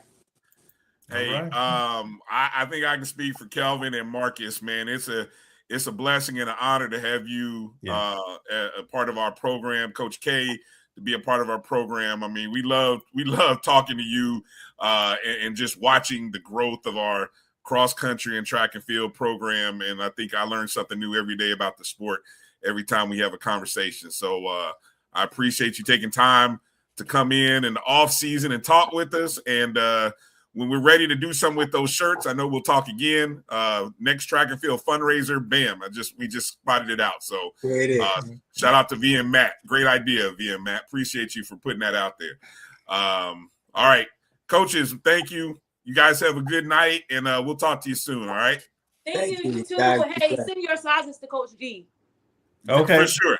For sure. Right. No doubt. No doubt. Kelvin, go where the office at. Yeah. All right. I got you. All right. All right. Hey, that's good stuff. Good stuff. Being Matt with the great baller suggestion. All right. See, man, we making things happen over here in the O&G. All right, we got to take a quick break, and then we come back with the ladies of Fang Exchange, Ashley and Tache, and we're gonna find out how they got these boys suited and booted, the best looking media day team among all four conferences. I don't care a lot, they are what they are. The facts are the facts. So we can brag about it and brag about them. So we'll be back right after these words. You're watching the O&G Strike Zone right here on the Black College Sports Network. Be back in just a moment. If you've ever told yourself, I want to get into real estate but don't know where to start, here's something just for you. From Friday, July 31st to Sunday, August 2nd, the Learn Real Estate Fast Masterclass is coming to McKenzie Office Park in College Park. You'll learn wholesaling, commercial investing, and how to purchase property with zero money or credit. I can tell you, education and access are everything. This masterclass is designed to give you both. Whether you're brand new or ready to level up, this is where you start making real moves. Enjoy free lunch, free study materials, and receive a certification of completion. So don't wait. Seats are filling fast. Do not sit on the sidelines while others build wealth. Take that first step toward ownership and legacy. Get your tickets now at learnrealestatefast.com or tickpick.com. For more information, call 678-859-3303. Master the market, build your legacy, secure your future today.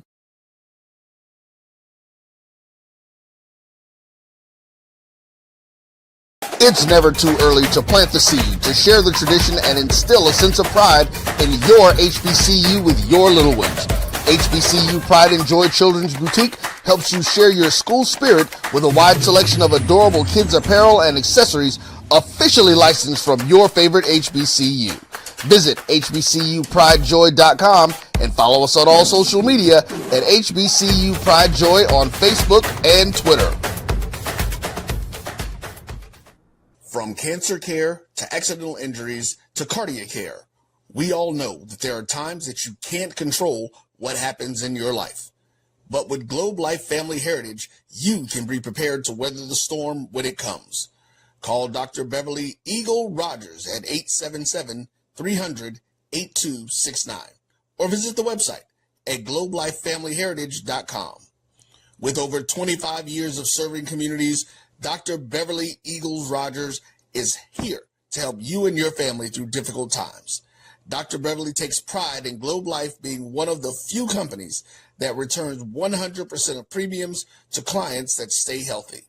So for more information, call Dr. Beverly Eagle Rogers at 877-300-8269 or visit the website at globelifefamilyheritage.com. For over 30 years, HBCU Image has been more than just an apparel store. We've been a movement, a statement, a legacy. We celebrate the pride, the purpose, and the culture that make historically black colleges and universities legendary. HBCU Image, a Kenny T's company. You're looking for the latest information on Southern University sports, the Southwestern Athletic Conference, and HBCU athletics. There's only one place to go. Tune in to the Carlos Brown Show, exclusively on the Black College Sports Network.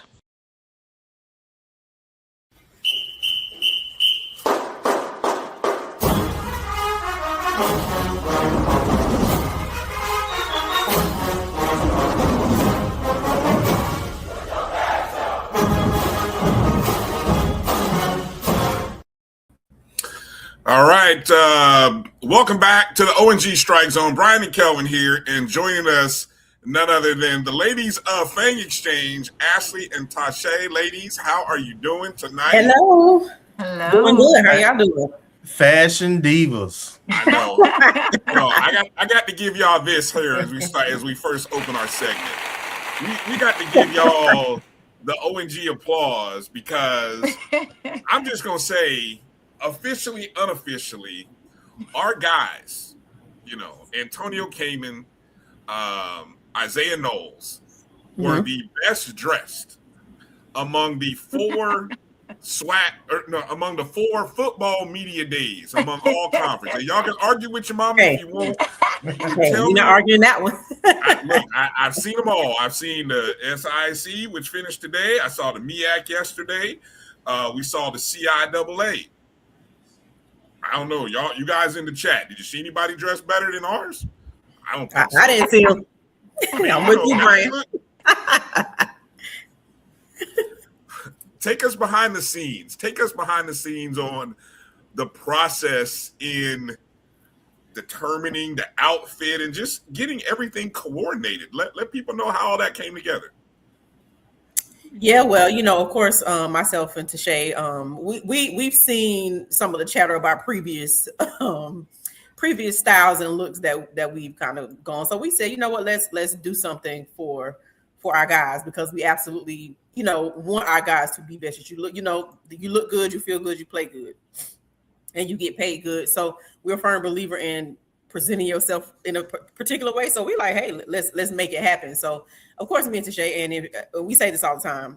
If you know us, we're always going back and forth, bouncing ideas, agreeing, disagreeing, coming to the middle ground if we have to come to the middle ground of it. So it was a bunch of thoughts on like looks, what the shoe would look like, the color, the tie was probably believe it or not, the tie was probably the biggest, and the pocket square was probably the biggest hurdle to get over to determine, because we're orange and green, and while orange and green does look good together, you got to combine, the combination got to work right. So right. That's some of the behind the scenes to Shake, and also, of course, chime in from her perspective. But yeah, we just did a lot of going back and forth. Tache kind of led the charge more than anything to kind of, the communication is heavy communication with them. And we're not in Tallahassee, of course. So imagine trying to make sure suits get tailored and ordered and done right. Just imagine that. Yeah. So definitely. Was there a, I mean, I don't want to jump out and was there any particular folks that you want to shout out that you worked on? And I mean, any designers, any tailors, anybody that you want to shout out for making all that come together? Yeah, sure. So when we first started the process, like Ashley said, essentially I had a vision of what I wanted them to look like, right? I knew what I wanted. Ashley and I we had a similar idea. We wanted double breasts. We didn't know how the students would feel about that, but we hadn't seen it. You know what I mean? Right. We hadn't really seen anybody come with a double breast. So we were very strategic about, what we wanted in that.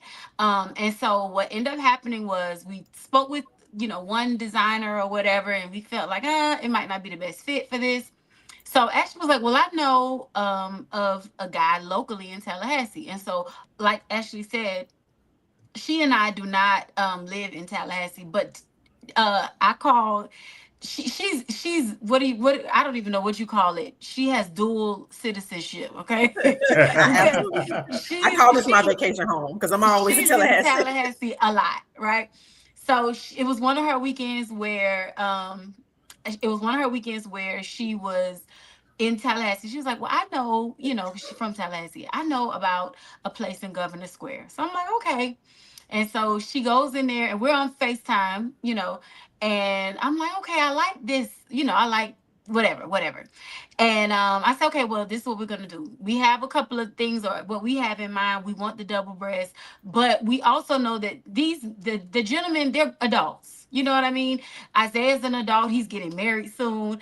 Antonio, he's a grown man. So we did not want to go there and pick out their outfits, essentially. You know what I mean? We didn't want to do that. We did want them to have a little freeway, a little leeway. But we were very, very strategic about everything, which we'll probably get into. But we did dress them like they were our children on Easter Sunday, down to the belt, socks, everything. Okay. Hey, what do you have? We did not play. We got a couple of funny stories about that. But yeah, so this Formals in Governor Square Mall is where we got the suits from. He was so gracious and so kind to us. He made sure that, you know, we had whatever we needed. Antonio was like back and forth because they're both from Tampa, Isaiah and Antonio. And so just he worked with us on getting their sizes and their measurements and just coordinating it essentially from out of town and over the phone. So this is Formals is who assisted us with our suit and the shirt. And helped us to outfit them in that aspect. Like as she said, we kind of shopped, you know, in other places for all of the other things, but yeah. For the shirt and the actual jacket and the pants, and we kind of used our little our supply chain procurement skills and found, and you know, shopper skills, and found the tie and the pocket square and the cuff link. I'm not sure it was really highlighted, but there's a cuff link, of course, that came with it. So yeah, it was a perfect color, and it came together so well. Like you should have seen us when it came around that corner, and we were because while we did see it put together, we saw it over FaceTime. We weren't in person when they wore the entire outfit. So our first time seeing it was that morning, and we knew what it would look like and how much effort we had put into making sure it looked as good as they did. But you still got to see the finished product. Yeah, and we were paying attention to every detail. They had a FAMU Rattlers lapel pin, not only their cufflinks that matched their tie and their pocket square. They had a cognac belt. Y'all didn't see all that, but baby, we didn't play. We didn't play. Okay, we did not play. And, you know, so yeah. And we heard some chatter. I'm gonna defend my choices on this stuff about these shoes. His shoes were not black at the bottom, y'all. It wasn't black at the bottom. They were green. It was green. Absolutely, hunter green to match. Yeah, I missed that one. Yeah, I was gonna ask you, did you do the shoes too? Because I saw that from Antonio. I said, "Oh, this brother got on dark green on the shoes." I said, "Oh, we did." They had on Alexander McQueen to the shoes. One of them we wanted to have. That was where I felt like, for me personally, that it would be a good there, because actually, of course, you know, me and her, we different on different things. And I was like, but you know, Antonio kind of got that Florida boy swag. You know what I mean? So we felt like the match with the green would have been, it was just a good hit. And it was the opportunity for, although they were dressed the same, for them to showcase their personality. And it did. You know, Isaiah had on the all white, and then Antonio with his big Florida chump and the big, you know, bracelet. He was, you know, giving that Florida boy swag. So yeah, that's what it was. So special shout out to Vince, just again, because he made this very easy to not have. You know, I did walk in initially to speak to him and let him know what we were attempting to do, but after that, we spoke over the phone, made phone calls, did everything that needed to be done over the phone, and work with the two student athletes who have separate lives. You all probably know how it is to track down football athletes, especially in the off season when they can go home when they need to, and here and there and everywhere. So it actually came together beautifully, and I'm with Bryan. Best dressed. I don't care what anybody says. You can try, but you know, next year we might have to do a fit cam next year. You know, when we go back. Yeah. I think we might need to do a fit cam and keep this thing rolling, because you already know we playing it out. We already got next year. I mean, look, it's already in there.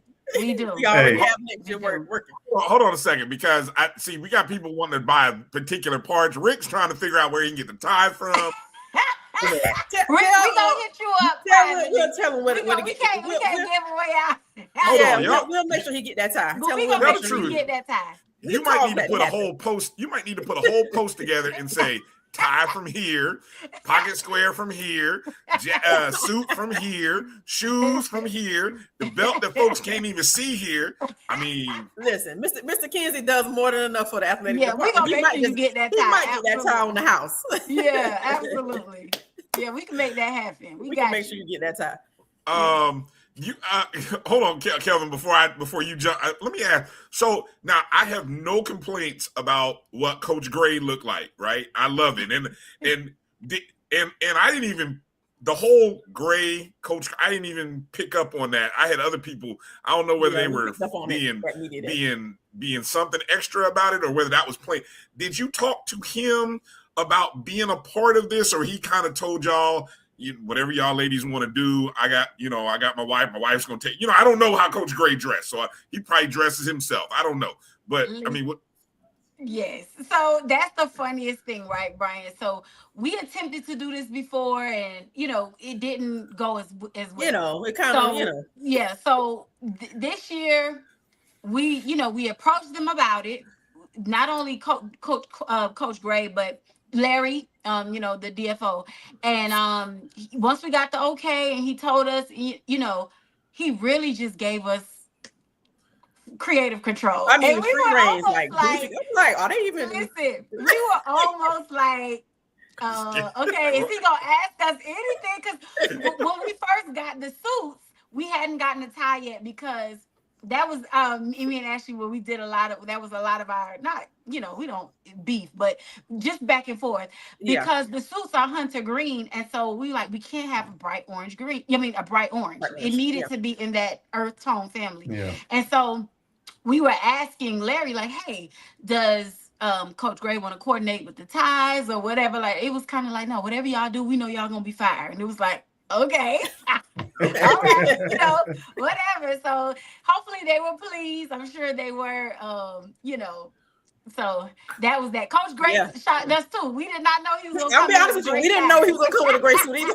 We did not know that. We definitely thought he was going to be in that orange and green. We 100% thought that he was going to be in some orange and green, but he shot us with gray skies too. So he was sharp. I'm not dissing Coach Gray. You look sharp as heck, but it was totally different than what we've seen in the past. Yep. He said he bringing the gray skies. That's exactly it. It's his era now, huh? Oh man. Well, look, like I said, I don't know. I know somebody out there is going to do somebody, and I already said it earlier. Content creators out there. Somebody can do a best dress, and if FAMU ain't the top, you're getting blocked. Because there's no way you can do a best dress when you look at those images that our guys took. And there's other people doing stuff, and it's like, hey, great, oh y'all okay, y'all look nice, but no, nobody put it together like our guys did. So, I just want to make sure. That's one thing for sure. Coming over to the SWAC, you look around the landscape and you recognize that on media day, everybody tries to, look a certain way. So we're like, okay, match. That's all it takes. And for us to know, okay, this is the standard. We're gonna do our best to try to raise it.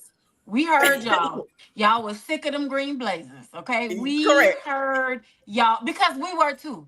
We were sick of the mismatching khakis. We were sick of all the oversized green blazers. We heard y'all, okay? And let me do this too. We thank Vince, because he did a tremendous job. The fitting, the everything, the alterations, the tailoring. The suits looked like they were, which they were custom made to really fit them. Yeah. But let me just take a moment of privilege. I'm sorry, to shout out our guys, Isaiah and Antonio. Class act through the entire situation. They were responsible. They were, very appreciative. Exactly. You know what I mean? They were super, super, super excited. They didn't make our job hard. They trusted us as well. They just were excellent. They were top tier. They were a class act. And so shout out to Isaiah Knowles and to Antonio Kamen. Okay. One thing, and I'm gonna tell you, we're gonna take this. We're gonna make sure you know this too.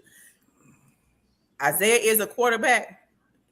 Many have not. He has not been a rattler for a long time, but you don't have to worry. That man, he takes the lead on things. You do not have lead on things. You do not have to. And this wasn't even pertaining to football, but his leadership skills and his just natural knack for it showed in so many ways. Isaiah did his thing. Antonio, you could see who they are as football players, and then you can also see them throughout the process of them as people. It kind of filters over. As funny as that may sound, like their skills on the field really did show through the process of the communications, and they were very respectful. So we have a bona fide leader on the team. Don't nobody have to worry about that. Two of them, both of them, and two of them, to be honest, room, and in that offensive room. They were a class act. They really were, and we have experience with previous. So this is not, we've had some previous experiences that did not go technically the way we wanted them to go. We just won't speak on that stuff, but it did not go the way we wanted to go. But I want you to know that this almost went. I don't even think anything went wrong. No. Now that I'm sitting here thinking about it, we had a close near fire put out, but it was all good when them shoes got. We almost had to go to FedEx on some folks, but other than that, was in some Stacey Adams, okay? Because we doggone shoes. They were gonna be in some lemon pepper steppers almost. Lord. it was going to mess up the whole look. But you know what? Don't worry about it because we figured it out. We got it right. Ooh, man, like I said, well, I appreciate you sharing because, like I said, I think people deserve to kind of hear the behind the scenes on how it all came together, and then shout out to the FAMU photographers. I know TK was out there because I mean that adds to the look. I mean the video presentation, I mean just look at one more time. They found this. I mean obviously. They got the nice outdoor setting. I mean, it's just sharp. I mean, everything goes into it. So, I mean, you got to have the good photography skills and the photographers to kind of accent the look. Because the look, I mean, if you can't see it, I mean, we saw it because we were there, but this is the kind of stuff that sells it. And they were the suits. They moved too because I know they did some stuff with the SWAT in some kind of motion, So I mean, it just all was. I can't talk about it enough. But anyway, go ahead, Kelvin. I'm great stuff, man. Great stuff. The chef's kiss. Exactly, chef's kiss. Because the first thing I said when I saw him. Not the double-breasted. They don't know nothing about no double-breasted. Listen, you don't accidentally put on a double breast. You got some intention when you put on a double breast. That's right. That was old school. That's what I grew up on. Right. I love that our guys were out there. They didn't have on sunglasses and all the other stuff and the flashy earrings and necklaces. It was just it was a clean class. What you call it? That clean Florida boy look. I mean, that was just a clean. Everything was clean, subtle. It wasn't over the top. Yeah. All right. We did not want that. That was the biggest thing we did. We remember, and this is no shade, Gremlin. We love y'all, Gremlin. Oh yeah. But we remember them tuxedos from the Hugh Jackson era. The gold trim, them clown tux. Correct. That's the one thing we said. We were not going to become the bulletin board based on the way we look because they still can't live that one down. No. Yeah. And green and orange is very easy to look. It can look tacky if it's not done. If you're not careful, you sure can. It can be very country. So we were that's why I said we kind of talked back and forth about the tie and making sure that it was in the same color families and things like that. We were very intentional about how we wanted them to look because the truth of the matter is also too for us, we know that our guys are not going to get the chance this year to experience any type of postseason play and to really, you know what I mean? And so we wanted them to know that regardless, your family is behind you. You know what I mean? We want you to feel like how we see you. As world-class athletes. And that's what we wanted to do. So. And I love their quiet confidence too. Walking, they weren't boisterous. They look good and they walked through that place like they were confident. They got so many compliments. They did. Oh my goodness. Everywhere they went, the people were talking about how sharp they were. So I'm on. Hold on. So talk about they weren't the only ones looking good now. You two had a little coordination going on too. Yeah. Hold on. So talk about y'all look. Hold on, let me go find the pictures. I got some pictures somewhere. Let me see. I'm gonna let you keep Well, we're gonna leave the picture off. We're gonna let them have a little imagination. Right. But it was literally last year was our first year going. And so this year we were like, last year we kind of just were surveying the landscape, just kind of peeping out the scene. And so this year we were like, we really want to be more professional, even in the way that we, address the interviews, everything. And so we needed to complete the look. And I'm not going to get Kelvin started by saying, but I am going to say, what we had on, everybody was coming to talk to us. They thought that we were FAMU administrators. They literally thought we were there they thought we were FAMU administration. We're like, hey, we don't work for FAMU. We don't work for FAMU. But so we just wanted to be polished. We wanted to be taken serious. Right. And so we made sure that it's easy to get some misconstrued conceptions and things of that nature. So we're professional. We have a business. We operate as a business. So we got to look like professional women who know what we're talking about. Right. Were you able to connect with? Because I know in the past I've seen Ken from the 1400 Club. I don't know if he was there this year. I know I talked to him last year. But were you able to connect with any of the other NIL related folks, or even just kind of Did the connection? Were you able to make some connections that you feel like will be beneficial? I see it. Yes. Okay. We actually had a whole lot of. We did. We made a lot of connections. Yes. And I would say the biggest connection I think that we made, and I think that like you took Kelvin's point, us really looking the part and being professional. Kendra from the OBC. Yes, Kendra Bullock. Her, I think it was her publicist or whatever. We had a great conversation with her. We exchanged information. She was like, "Listen, I want to get you guys in media to work with you for the OBC." Yeah. So, we exchanged numbers and we had a good conversation. And I think that was probably because there's a lot of ideas that Ashley and I had around the OBC. And so to kind of cement that connection with her and her publicist or whoever, it was really, I think it was really like one of the better and most important networking opportunities that we made that day. Yes. I'm glad you said that because I don't know, Kelvin will tell you when we went to Fan Fest last year. Now, last year was the first time that I think because previous years I had to be inside at a certain time or I was in there early. Last year was the first time I was at Fan Fest and I actually did the whole look around. Yeah. And I soaked it up. I said, oh my God. I said, Kelvin, we got to do our show. I don't care. I know I have to be hopefully in the stadium by a certain time. I said, but Kelvin, we have to do this show during the fan. It's normally because we've done the show like in the morning when people are still setting up. But to do the show or be there when stuff starts. And I kept thinking the whole time, Kelvin, last year, man, Ashley and Tache, this is a feeding ground of people that I don't know how connected these people are to FAMU or FAMU's but I mean, I thought of Fang Exchange last year when I was looking around at this space of a lot of folks, FAMU folk who were out there, people that I don't know if I saw the rest of the year, but they were in South Florida, and they came for the game and they came to be a part of the Fan Fest. Yeah. And so I even had Ben Crump out there, Turner Ben. Yes, Ben Crump was out there. So basically, I'm saying all this to say we will have a presence there. And you all are more than welcome invited if you don't have your own thing already to set up camp in our space. I'm just letting you know that now. If you don't have your own space, you are more than welcome to come and set up shop where we will be. I'm just saying. Thank you. We appreciate that. Yeah. Okay. That's some good information. Okay. Yeah. All right.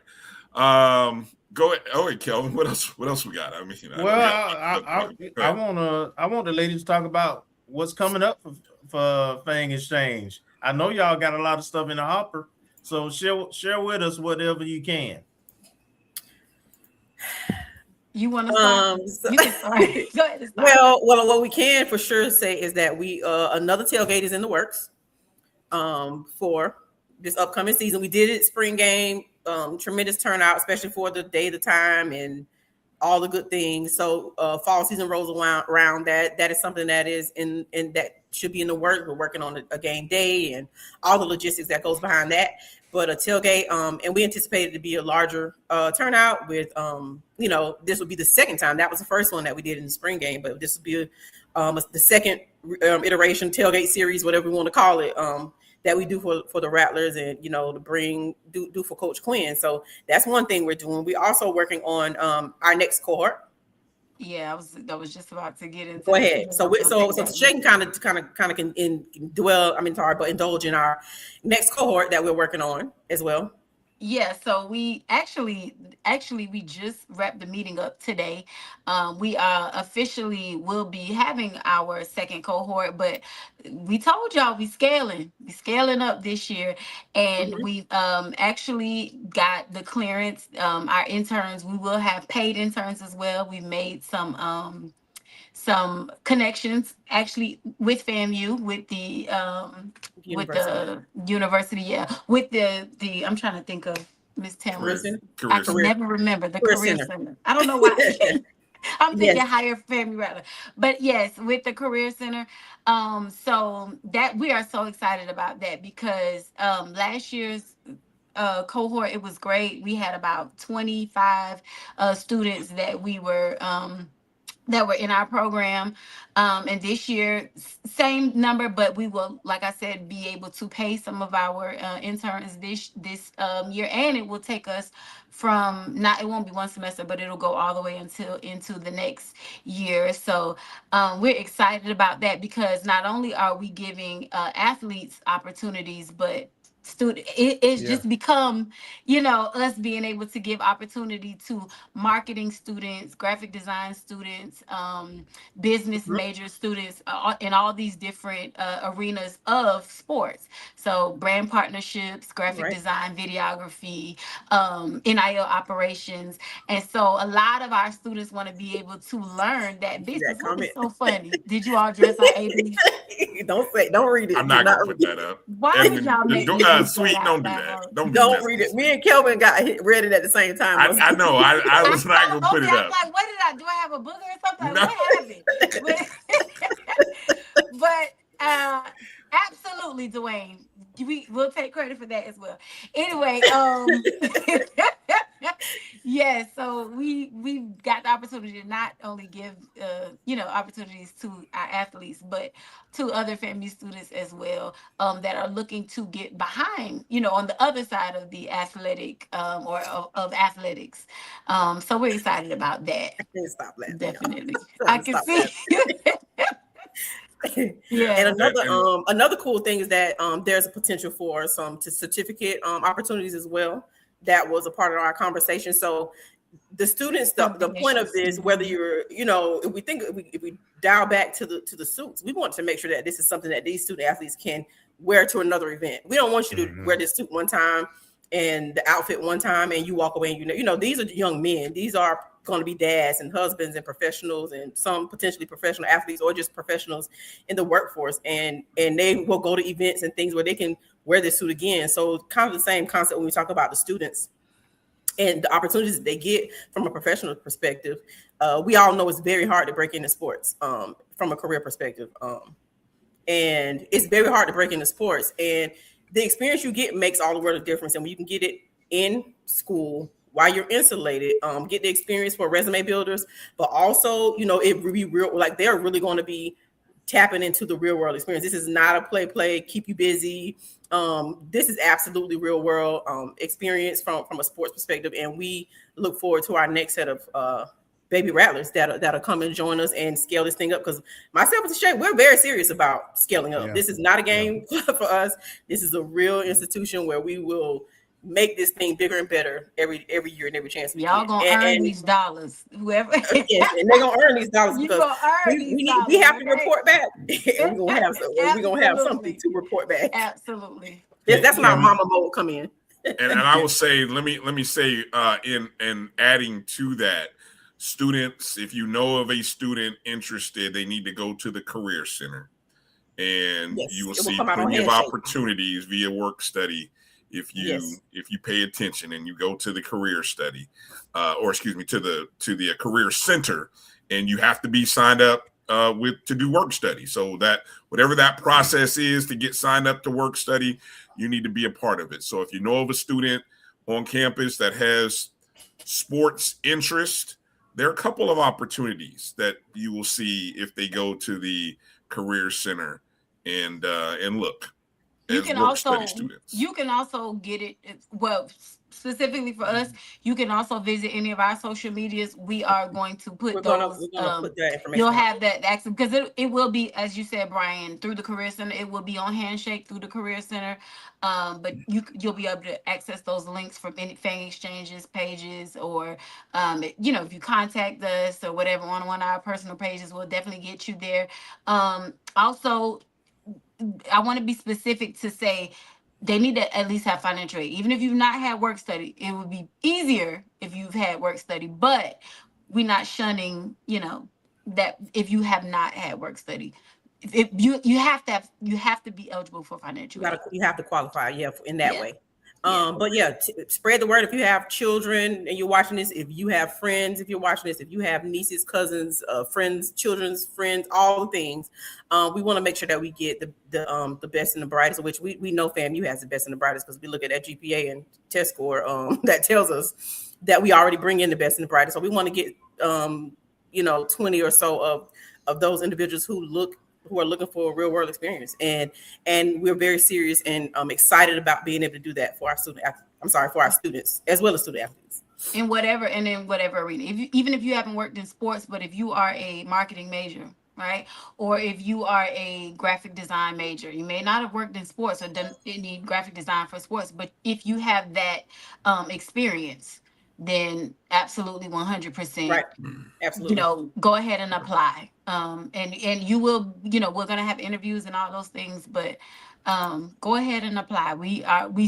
actually can tell you, we take the time and scour through resumes, and last year it was hours of hours of work going through resumes and interviewing, but because we know how this experience, what it can do for a resume for a person that's interested in, moving on in the real world, we put our all into it. So FangExchange.com. I made the comment and I will echo it now, not just because you two ladies are here. With all of the folks who watch our show right now live, or who watch it later, or maybe you watch it on podcast or listen to it in podcast, we need all of you to be a part of FAMU's NIL program with Fang Exchange. Mm-hmm. Now, and I say that because you've already heard from Coach G. Kelvin we've talked about this before, but we just heard it from our coach. We aren't doing rev share, which I listened to a couple of schools today or yesterday on the MEAC who they were doing rev share. Mm-hmm. We're not doing cost of attendance. Mm-hmm. So we're missing opportunity. I got the spreadsheet here of the number of track and field athletes that we've lost. Coach G talked. Well, I'm gonna put the names out here because look, it's no shade. I didn't want to do that. I didn't want to do that while Coach G was on with us. But when we look at the names at some of the people that we've lost, people who have gone into the portal, right? I mean, we've lost names. We're losing people to LSU. Yeah. Right. Coach G is really he's developing athletes and he recruits very well. Yeah, he is. I mean, we're losing top young people out of the cross country and track and field distance runners to Louisiana Tech. We're losing people to LSU and Louisiana Tech, as well as Iowa,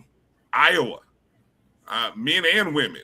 Mm-hmm. Joseph, the Rosier, another one we lost to LSU.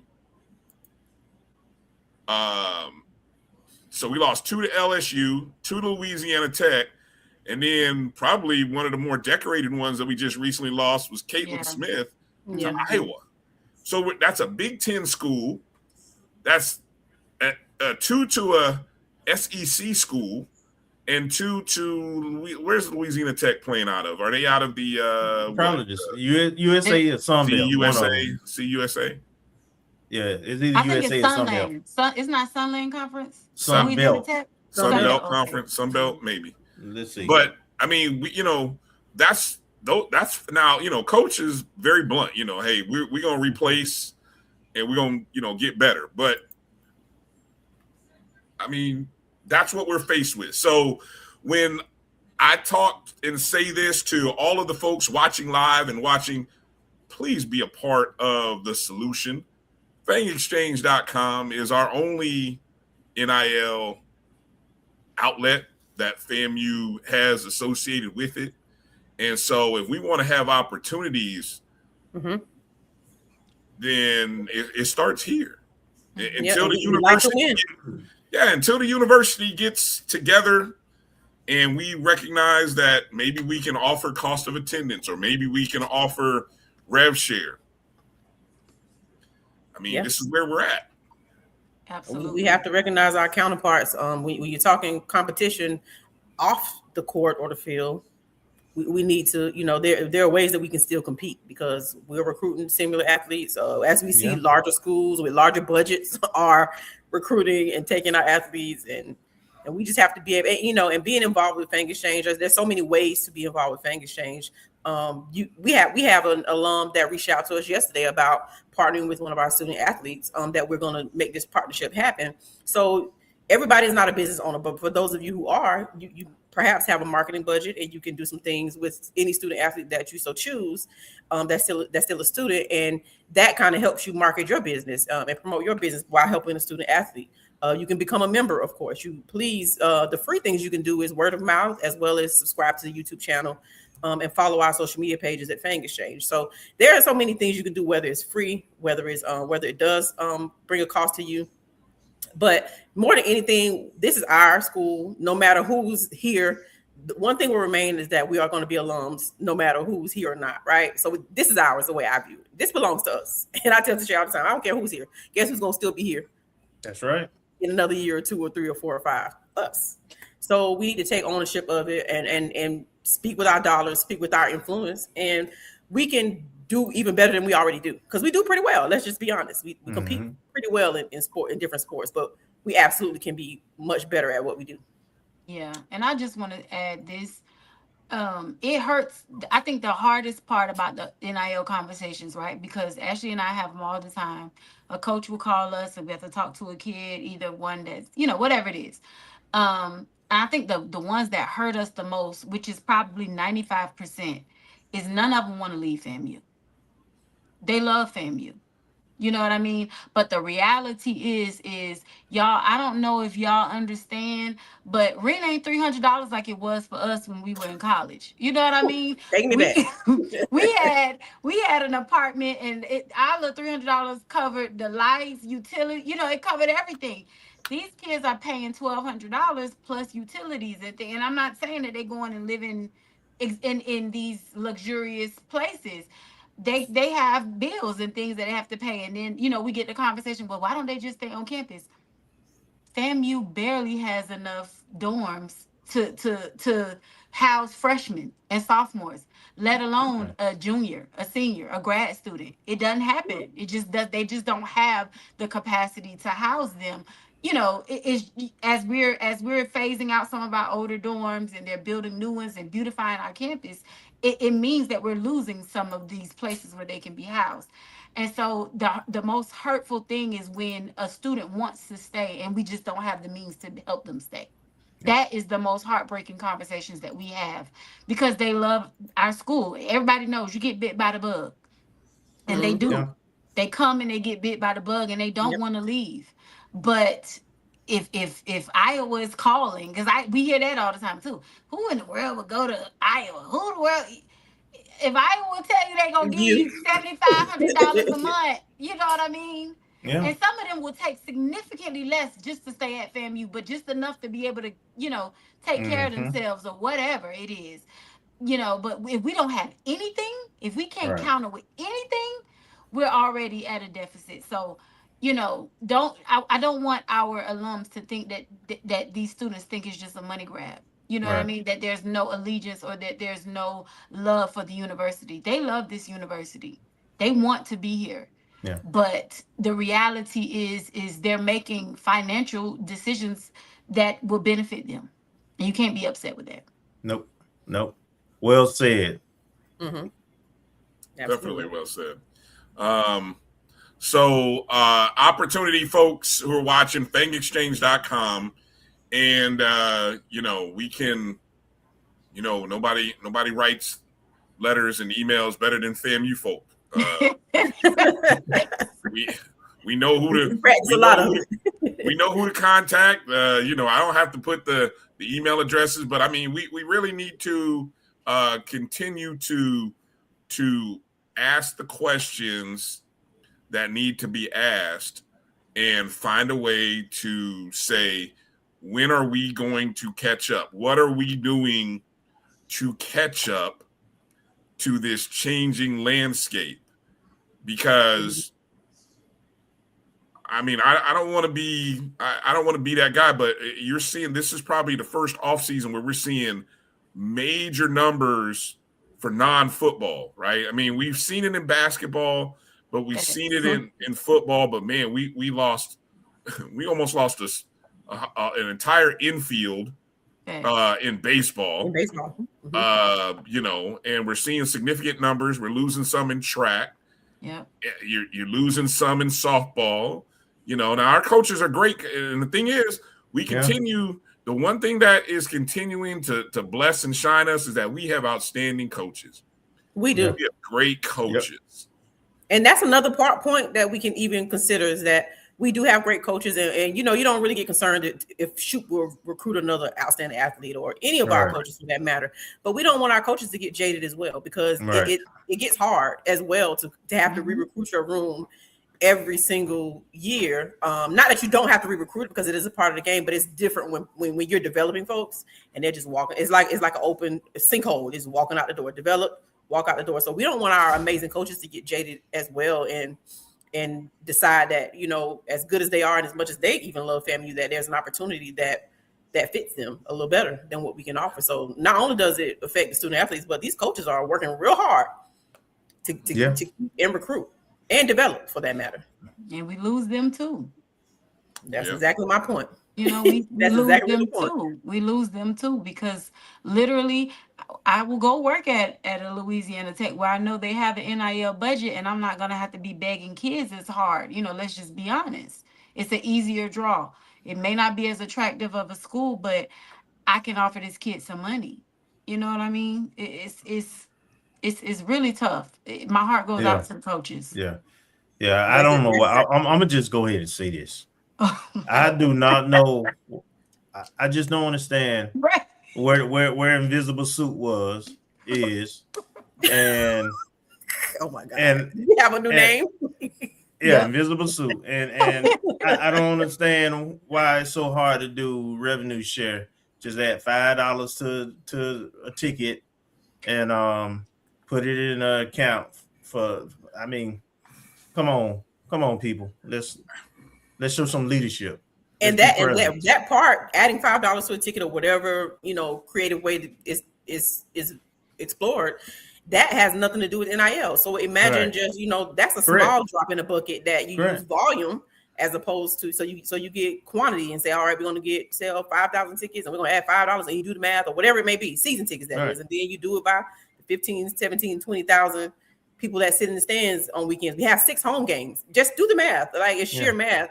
And that's above our pay grade. You know, that's an athletic department, you know, decision to make. And that's aside from NIL, and that's the distinction and the difference. But again, we have but sister schools who are doing both or more. And we can't just sit on the sidelines and act like being in orange and green is enough, because at one point it was enough. We have to accept that it's just not enough anymore to win over. Our education is amazing. That's one facet, but we're watching them walk out the door, so we don't have to speculate if it's enough. Can I respond to that question in the chat? Yeah. What's that question? They keep talking about the aux funds. We can't do that. That's above our pay grade. Everybody keeps asking about NIL being used for the auxiliary funds and those funds. And to be honest, based on what we know, it can be used. That's what I'm trying not to say. But we aren't the people who make that decision. It's above our pay grade. So we need a plan. Well, we need to see the plan. We need to execute the plan. Yeah. 2030. I tell you what, Fang Exchange has a plan. And we work our plan. We've been working it within the realms of what we're allowed to do.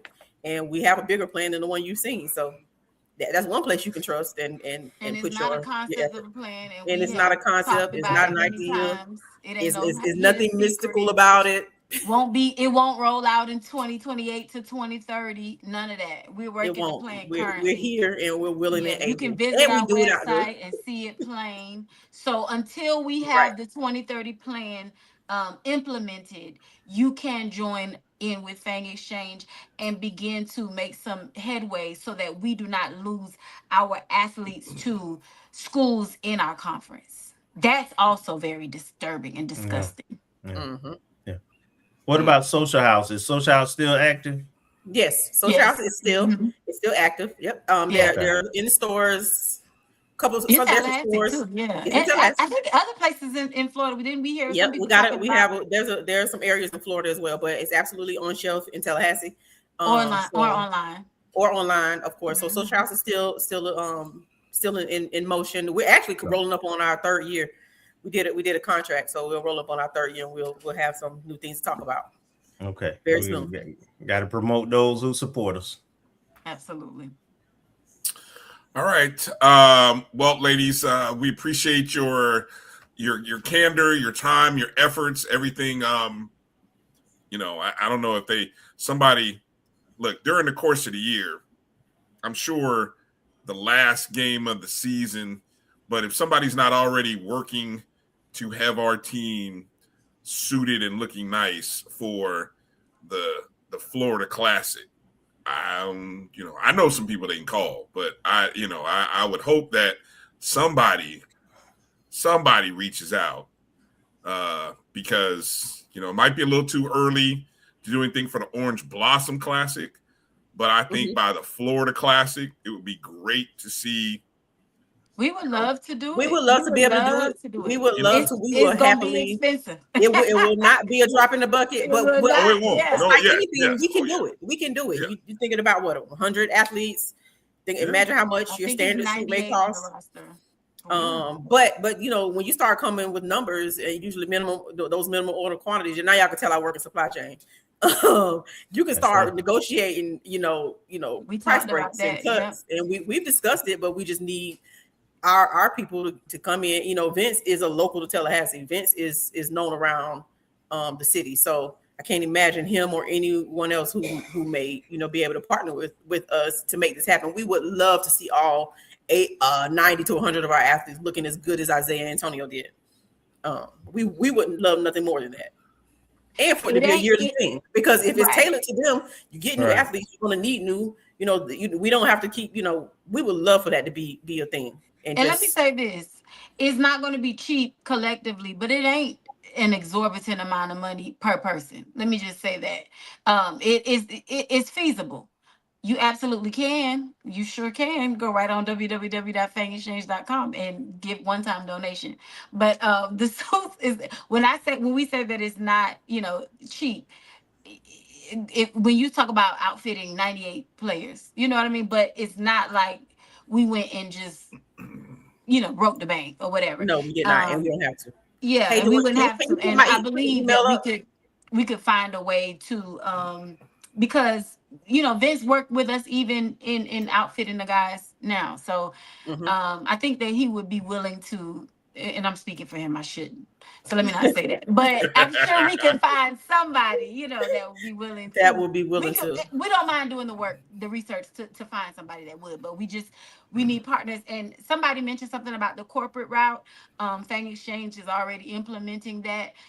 Those corporate dollars, it's just hard. And like, Kelvin said, I'm going to be not extremely candid, but it's hard to secure corporate dollars when you don't have all the backing that you need from the higher ups. So corporate dollars, they want to see some type of connectivity and some synergy with those people that they feel can move the needle. And so what you're seeing in Fang Exchange with Ashley and I is what we call a glorious grind. It is us getting it out the mud, nickel by nickel, penny by penny, brick by brick. So we always endeavor to make sure that people know where their money is going. We don't desire to be flashy and all of that like some of our other counterparts. But we do want you to know where your money is going. So we appreciate even you guys, bringing us on to talk about this because everybody didn't know who outfitted them. A lot of them didn't know. Right. Bryan, will you put the info at Fang Exchange email if you can on the screen? I want Dwayne to send an email so I can send him a link for the one time. For the one time, it was on the website. We needed to remove it for some other reasons, but it's still available. You wanted to put Let's see. Let me see. info@fangexchange.com is the email. So please email me, Dwayne. We're happy to take, like we said, one-time donations, recurring donations, as well as even if it's simply let me put you in contact with this particular individual who can and will and who's serious about giving and donating to Fang Exchange by way of for NIL purposes. So we there are many ways to do this. This is the email that we'd love for you to email us, and we'll send over a link. It's not a private link. It's just that it is not on the website. So anybody can receive this one-time link. It's just a matter that we need it for our website hosting. There was a reason that we removed it. So there's no issue there, though. I just want to make that clear. Yeah, and just to let people know, if you go to fangexchange.com and under memberships, you can choose to contribute monthly. You know, there are several different rate or levels that you can choose to give monthly. You know, and I think, you know, if you, or like you said, you can use that email address. If you want to do a one-time donation, it's helpful. Yeah, we need everybody to be involved in this process, and you know, hopefully those conversations will eventually happen. You know, hopefully you all will have a conversation with somebody. Mm-hmm. Yeah. You know, I don't know. Maybe we all just go beat down Troy and say, Troy.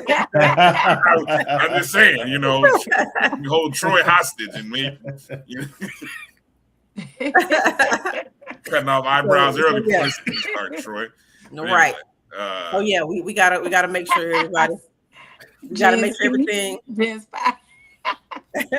gotta make sure everybody look good, feel good. You know, we already have what people are trying to hold over our heads as our postseason, but hey, I'm ready to play spoiler alert if you ask me. So yeah, exactly. And so will you two be at let me see, will you be at the, what is it coming up in August 22nd, the Rattler Booster thing? Will you be there for that?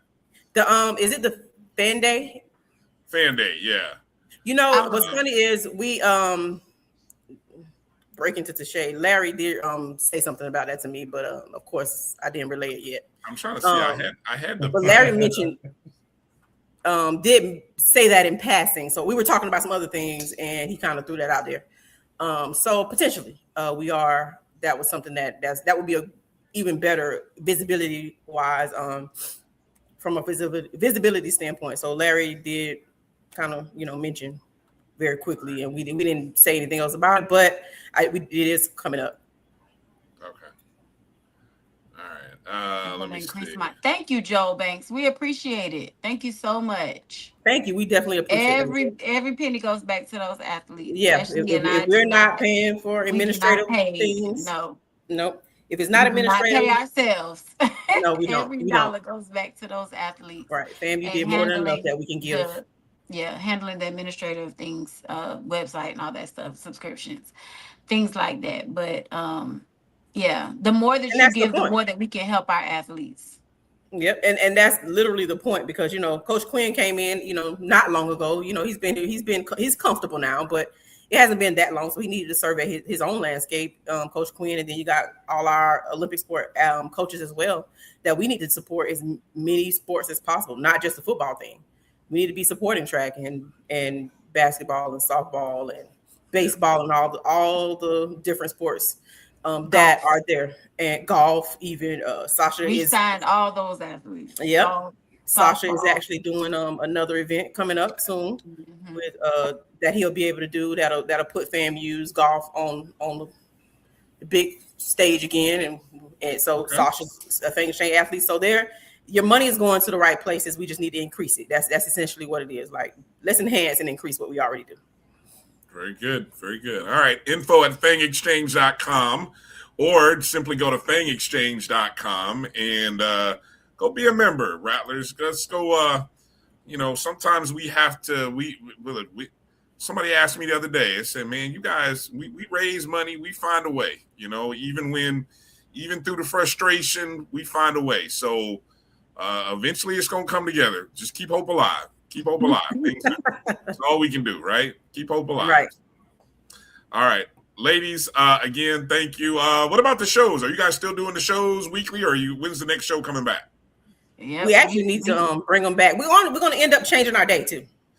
Okay. We've kind of been toying with the Thursday to Tuesday thing, and Thursday was kind of our staple night, but we need to make some changes on that and move it to like officially be Tuesdays. So yes, we are coming back to our shows. We're kind of trying to come up with some new concepts and kind of keep the fire rolling and enhance what we do. Again, that word scale comes back to mind. And yeah, so we're coming back. We just kind of took the summer break that some people, I don't think y'all take a summer break.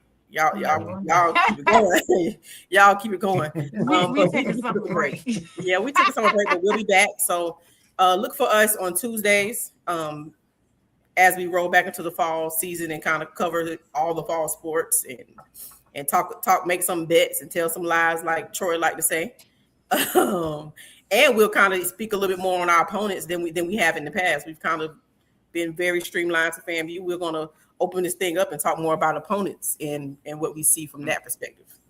Good stuff. All right.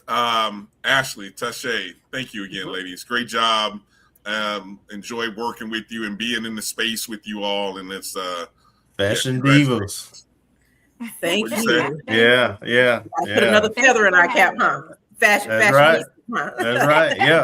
Yeah. Hey, I'll let y'all dress me too. We got you, Kelvin. We're gonna get you right. We got you. And Rick Kinsey, we got you on that tie. We got you on that tie, and we also got you on that conversation, on that tailgate conversation. Yeah.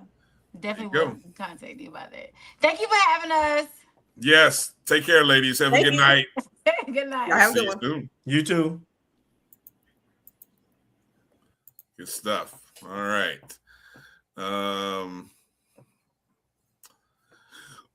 Oh boy. Loaded show today, Kelvin. Loaded show. It was, man. Like old times. Yeah, definitely. Like old times, man. Loaded show. I think we hit on a lot of the stuff. I know we mentioned that you mentioned the quarterbacking transfer, but I don't think we really put the graphic out there. Which, obviously, let me see. I know we've got some. Let me go through the latest Marcus slides. Yeah, I got some slides here. I'll start with football here. The latest recruit from the football world, and this was actually announced by Coach Gray during the SWAC media day. I don't know who he mentioned it to. Do you recall who? I don't think it was with us. It wasn't. Was it with Troy? It might have been on the main stage. Might have been on the main. Okay. Well, yeah. He did mention a transfer from Citadel. A young man by the name of Dustin Fletcher.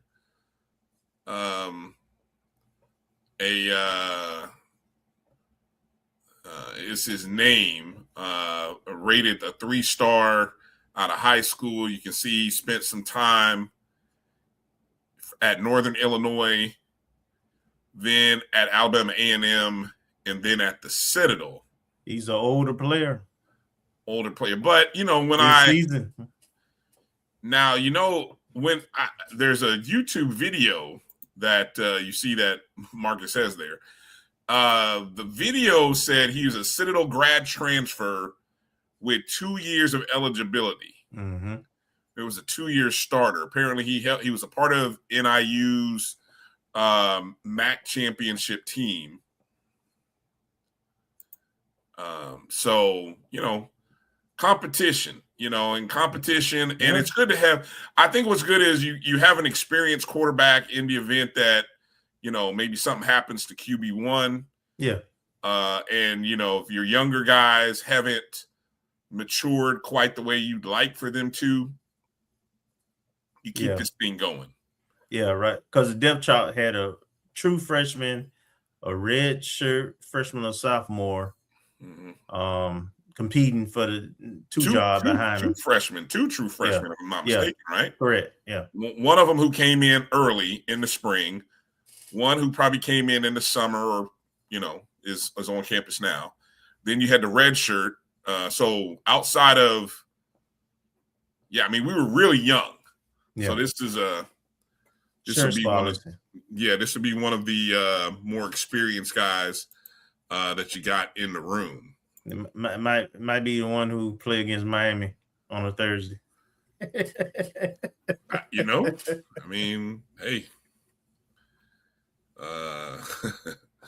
yeah, I could see it.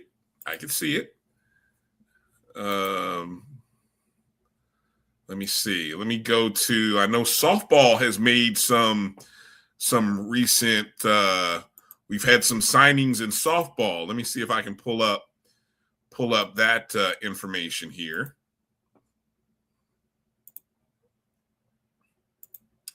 As file size. Okay, hold on. File size is too big. Oh boy.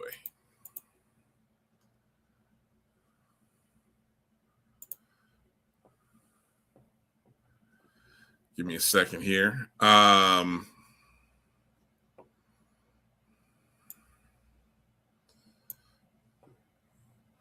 you know what? I could do a let me see how quickly I can pull this together. There's a couple of ways to pull this off here.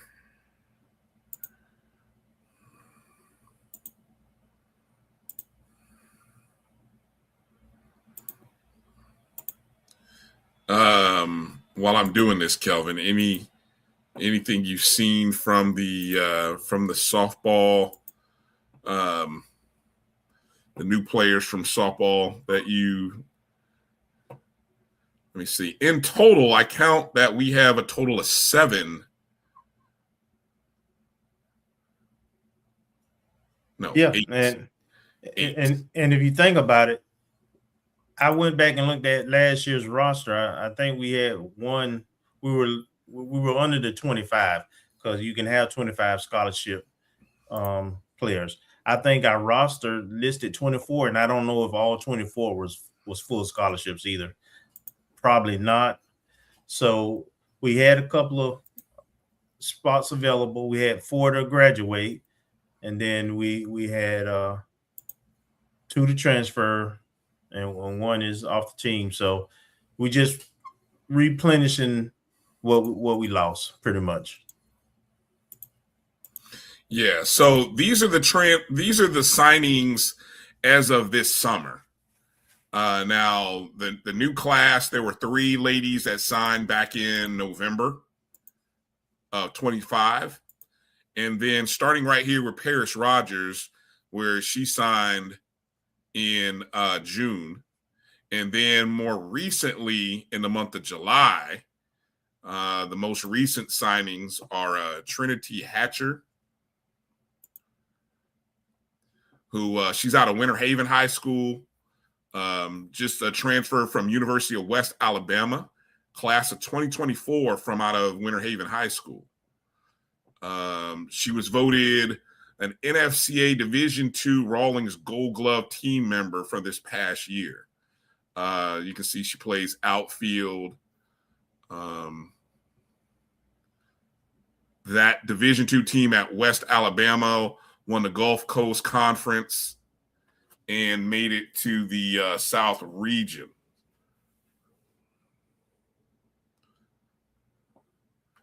Also, recently signing Victoria Rudolph. She's an infielder from Riverview, Florida, Sumner High School. Class of 2025. Nope, hold on. Class of 26, actually. Her school recently competed in the 7A District 11 semifinals. Infielder, don't know exactly what position she plays, but she is a high school recruit.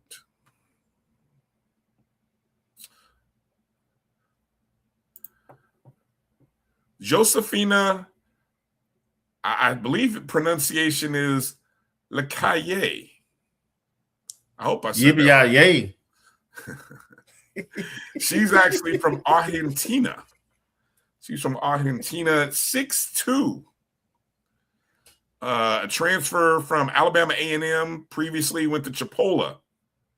Well, I tell you, that Chipola connection, boy, we continue to get some good talent from out of Chipola. Yep. Just a year removed, where she played with Alabama A&M previously, but 6'2", that's nice size. She's a pitcher and a utility player. Interesting pickup. And then the most recent, as of yesterday, Tache Carruthers. She's a catcher / utility from Oxford, Mississippi. Played at Mississippi Delta Community College and Holmes Community College. Both of them are in Mississippi. She's a high school class of 24. So she played on a really good team in Oxford, Mississippi, her senior year. So yeah, I don't know if we've got any more signings left in the barrel, Kelvin, but we might be kind of. I think we tapped out now. We tapped out. Unless we lose somebody else. Yeah, unless we lose somebody else. But it'll be interesting to see, how all of this comes, how all of this meshes. Just scanning through our Olympic sports. Let's see. We've got a few baseball. We got some baseball guys here. Baseball has had some recent signings as well.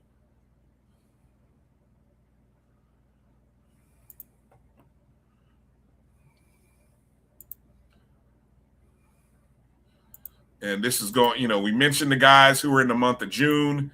Let's start with here in the month of July. Recent signings from baseball. Ty Villardo from out of Jensen Beach, Florida. Went to Jensen Beach High School, first baseman and outfielder. Let's see. He was a class of 2024, most recently transferring from the University of North Florida, where he played last year on a team. They were the ASUN Conference division champions, but these are committed. I don't know if he's signed. I see Edwin asking if he's signed. I don't know if Ty is signed yet. The graphics will tell you, as you saw with the softball ones were signed. These are committed guys, so we don't have signatures on them yet, but they are committed. Another commitment from July, from the 17th, Matthew Dumas from Lake City, Florida. He's a class of 23 high school player, played at most recently Erskine College in South Carolina. Previous to that, he was at Lake Sumter State College in Leesburg, 5'7" outfielder.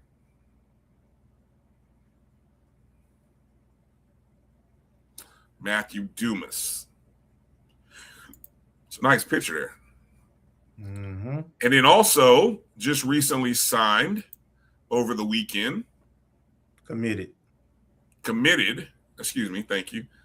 I believe it's Keneas Davis. He's a pitcher and infielder from out of Atlanta, Georgia, class of 24. Recently played the last 2 years. Mm-hmm. And most recently played in the HBCU Swingman Classic. So goes by the nickname of Spanky Davis. Great nickname. Old school nickname. I know, right? So good to see us be able to get somebody. Obviously they only took 50 of the top players in the Swingman Classic. So to be able to get, we lost a couple. Yep. went to the swingman, and to be able to get one, yeah, that's a pretty good pickup. Yep. Let me see. In total, let me see what the numbers. Let me just do the math here. Let me see how many different baseball. Let me see.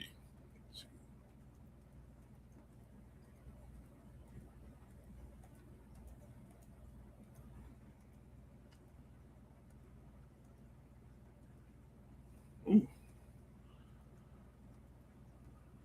Wow, I counted 24.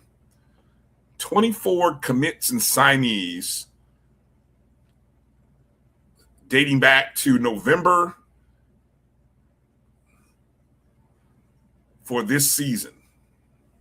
Wow, that's a lot.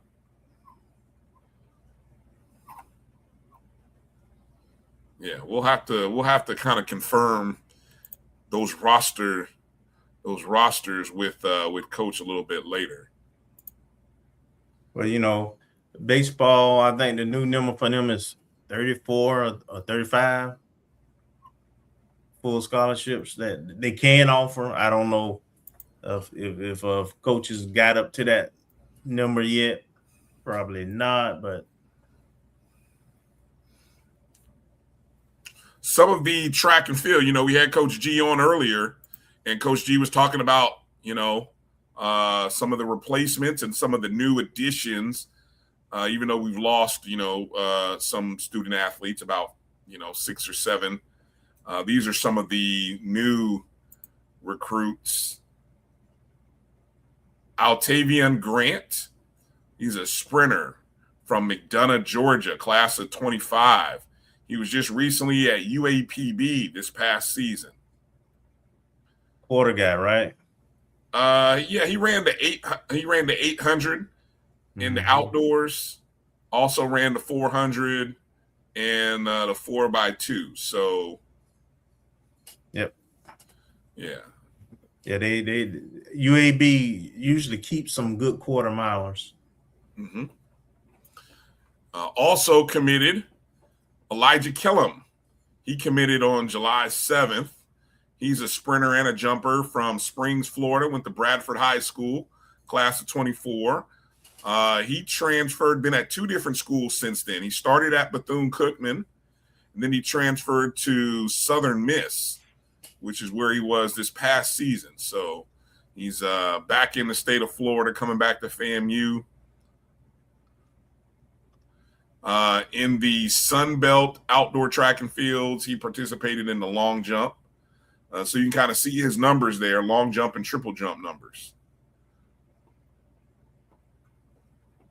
Elijah Kellum. And then we got another young lady here, a mid-distance runner, Elizabeth Brooks. She committed back on July 10th. She's from Pearland, Texas, went to Shadow Creek High School. She is an incoming freshman.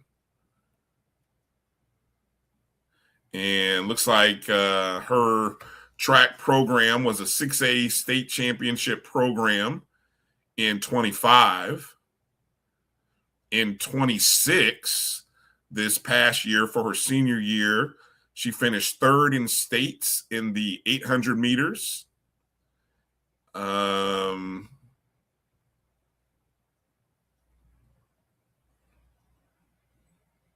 And at the area championship, let me see, the district championships. Okay, I'm reading it right. District championship, she finished 3rd. At the area championship, she finished 2nd. So I think that is what the area kind of looks like. That's Texas. But anyway, you know, it's always a good thing. You know, those Texans, they run hard in Texas. So good to have Elizabeth Brooks coming in. Let me see if I got any other news. Nothing on the women's basketball front. They're all loaded. Men's basketball program is loaded. I will say, coming up this weekend, one of our recruits, let me get the name right because I saw it.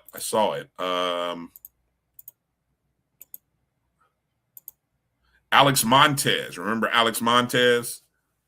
Yep. Hold on, I'll show the graphic here.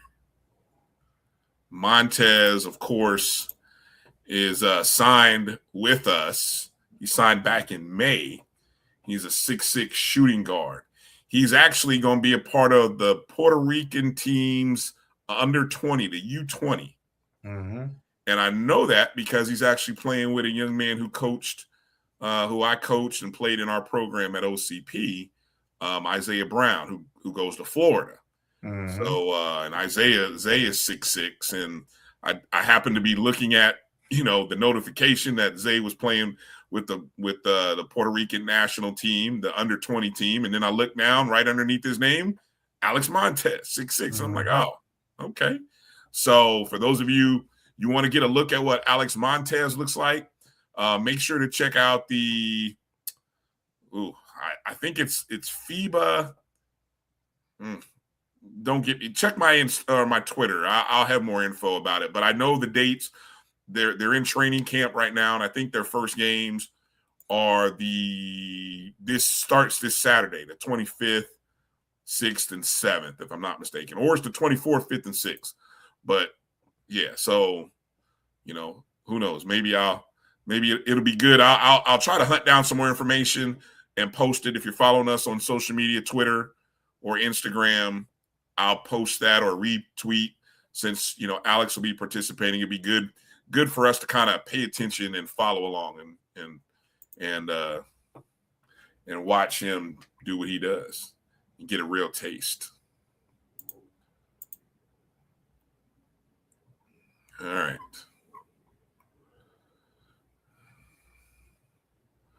All right, Kay. Any other recruiting info you wanted to run through?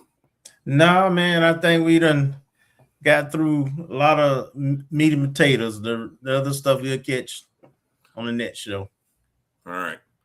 Sounds good. We'll get to more. And we promise we'll get into next week. We'll do more of the O&G award stuff. I don't think there have been any changes. Have there? Don't need to be any changes. Okay, so we'll go ahead and get that going and get ready to release the nominees for the 2026 O&G awards, and we'll kind of try to do the voting here within a weekly time span. Get it done in a week and announce all the winners here probably by the 1st of April, the first week of August. Excuse me. Because I just looked at, we're coming up on the end of the month. So, Yep. All right. Did you notice gas prices jump? I don't know what it is in Tally, but you noticed today it was like $3.99. Well, yeah. Yeah. There's something happening in the straits of. I just wanted to turn around. I was driving. I just wanted to turn around and go back home and just sit in the house when I saw that. I'm like, damn, $3.99. Bro, that's 87. That's regular. I'm pumping 93. Sorry to hear that. Yeah, major jump today. Man, it's so depressing. It's so sad. All right. Well, again, we got to thank all of our guests from today. Again, Dr. Jason Black, FAMU Esports. Make sure to follow. If you would, make sure to follow. Hold on. Let me make sure I get the right Instagram account here. Kind of scrolling down. At FAMU VGC. VGC is the FAMU Video Game Club Instagram. Dr. Jason Black. You can, if you have some information and you want to reach out to him, you can do that as well. And some exciting news coming with the esports and all that. Should be looking for those announcements here in the next. Stop, little baby. Don't get me started, little baby. Also, got to thank Coach Ellenwood and Coach Kinchin for joining us. Always good conversation, finding out about what's going on with our track and field and cross country programs. Appreciate all their candor and honesty.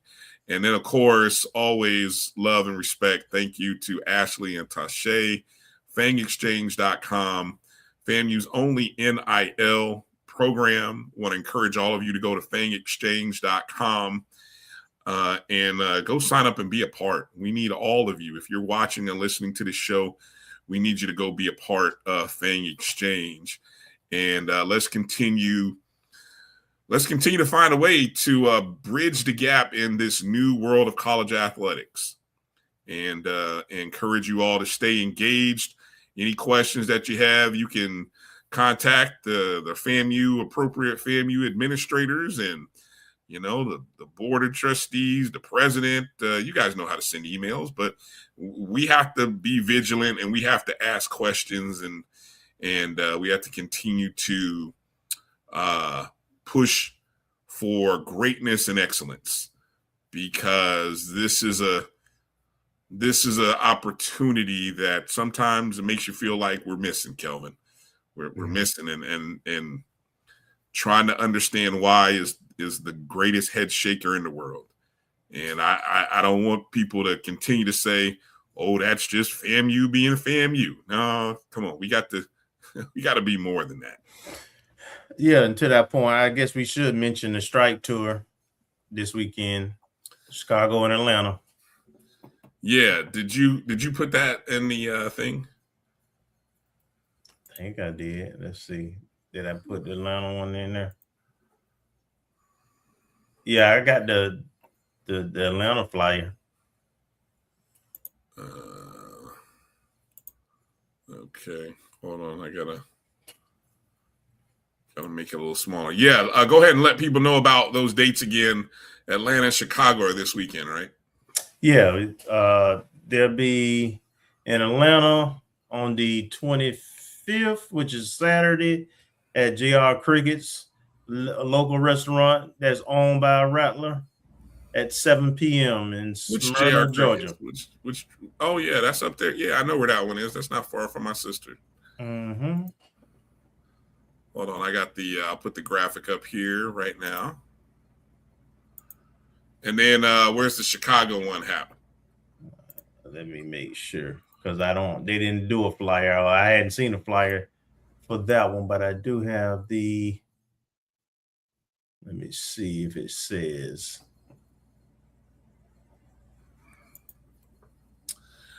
EA, you're going to have to show up and find out. That's about the best I can tell you. Probably. I'd be surprised if he's not. I do not have the location of the Chicago one, so you might have to reach out to. Oh, here you go. At the home of Stephen and Jean Hall. Is being hosted by Brian Booker, Cheryl Brooker, and Stephen Hall and Amber Spencer. 7 p.m. Friday, Chicago. Now, where that is, reach out to Marvin Green.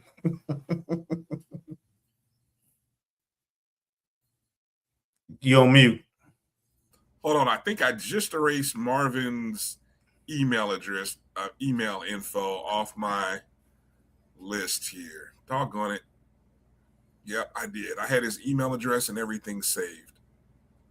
Well, I think it's marvin.greenjr.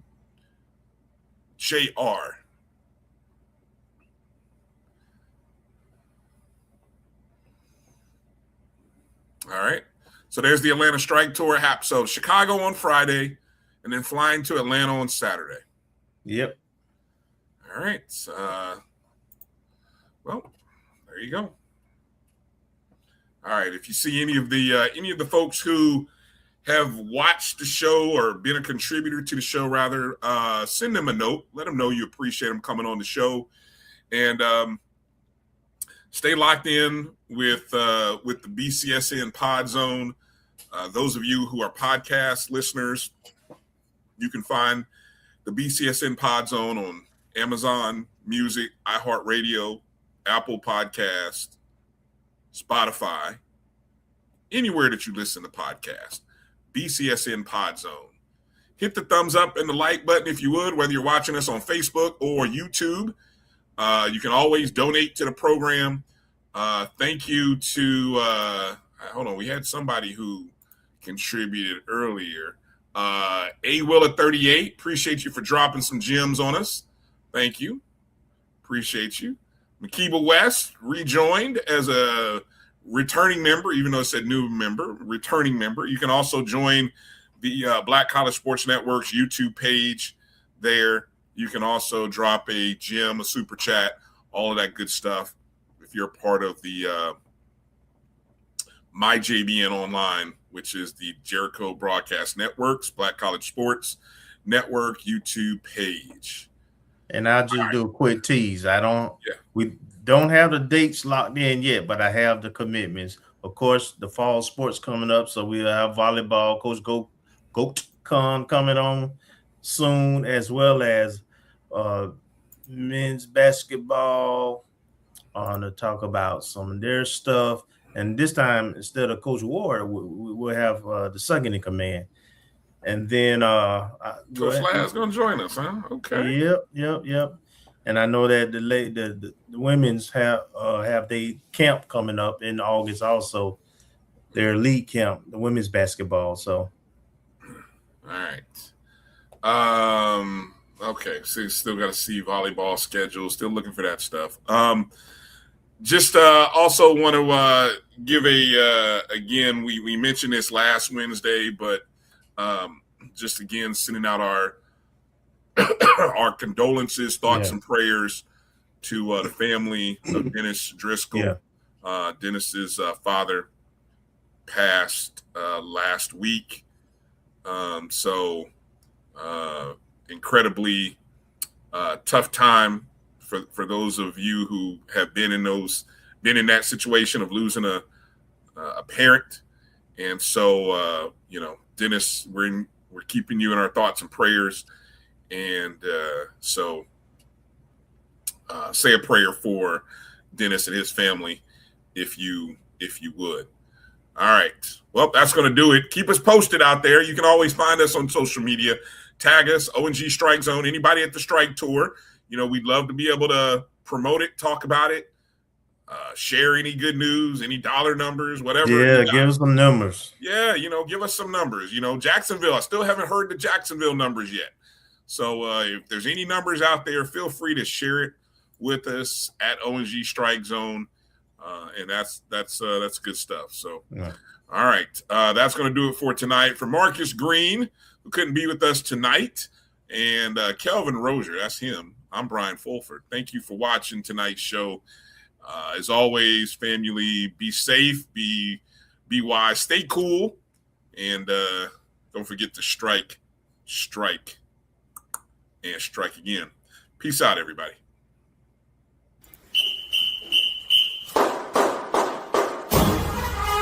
Thank you.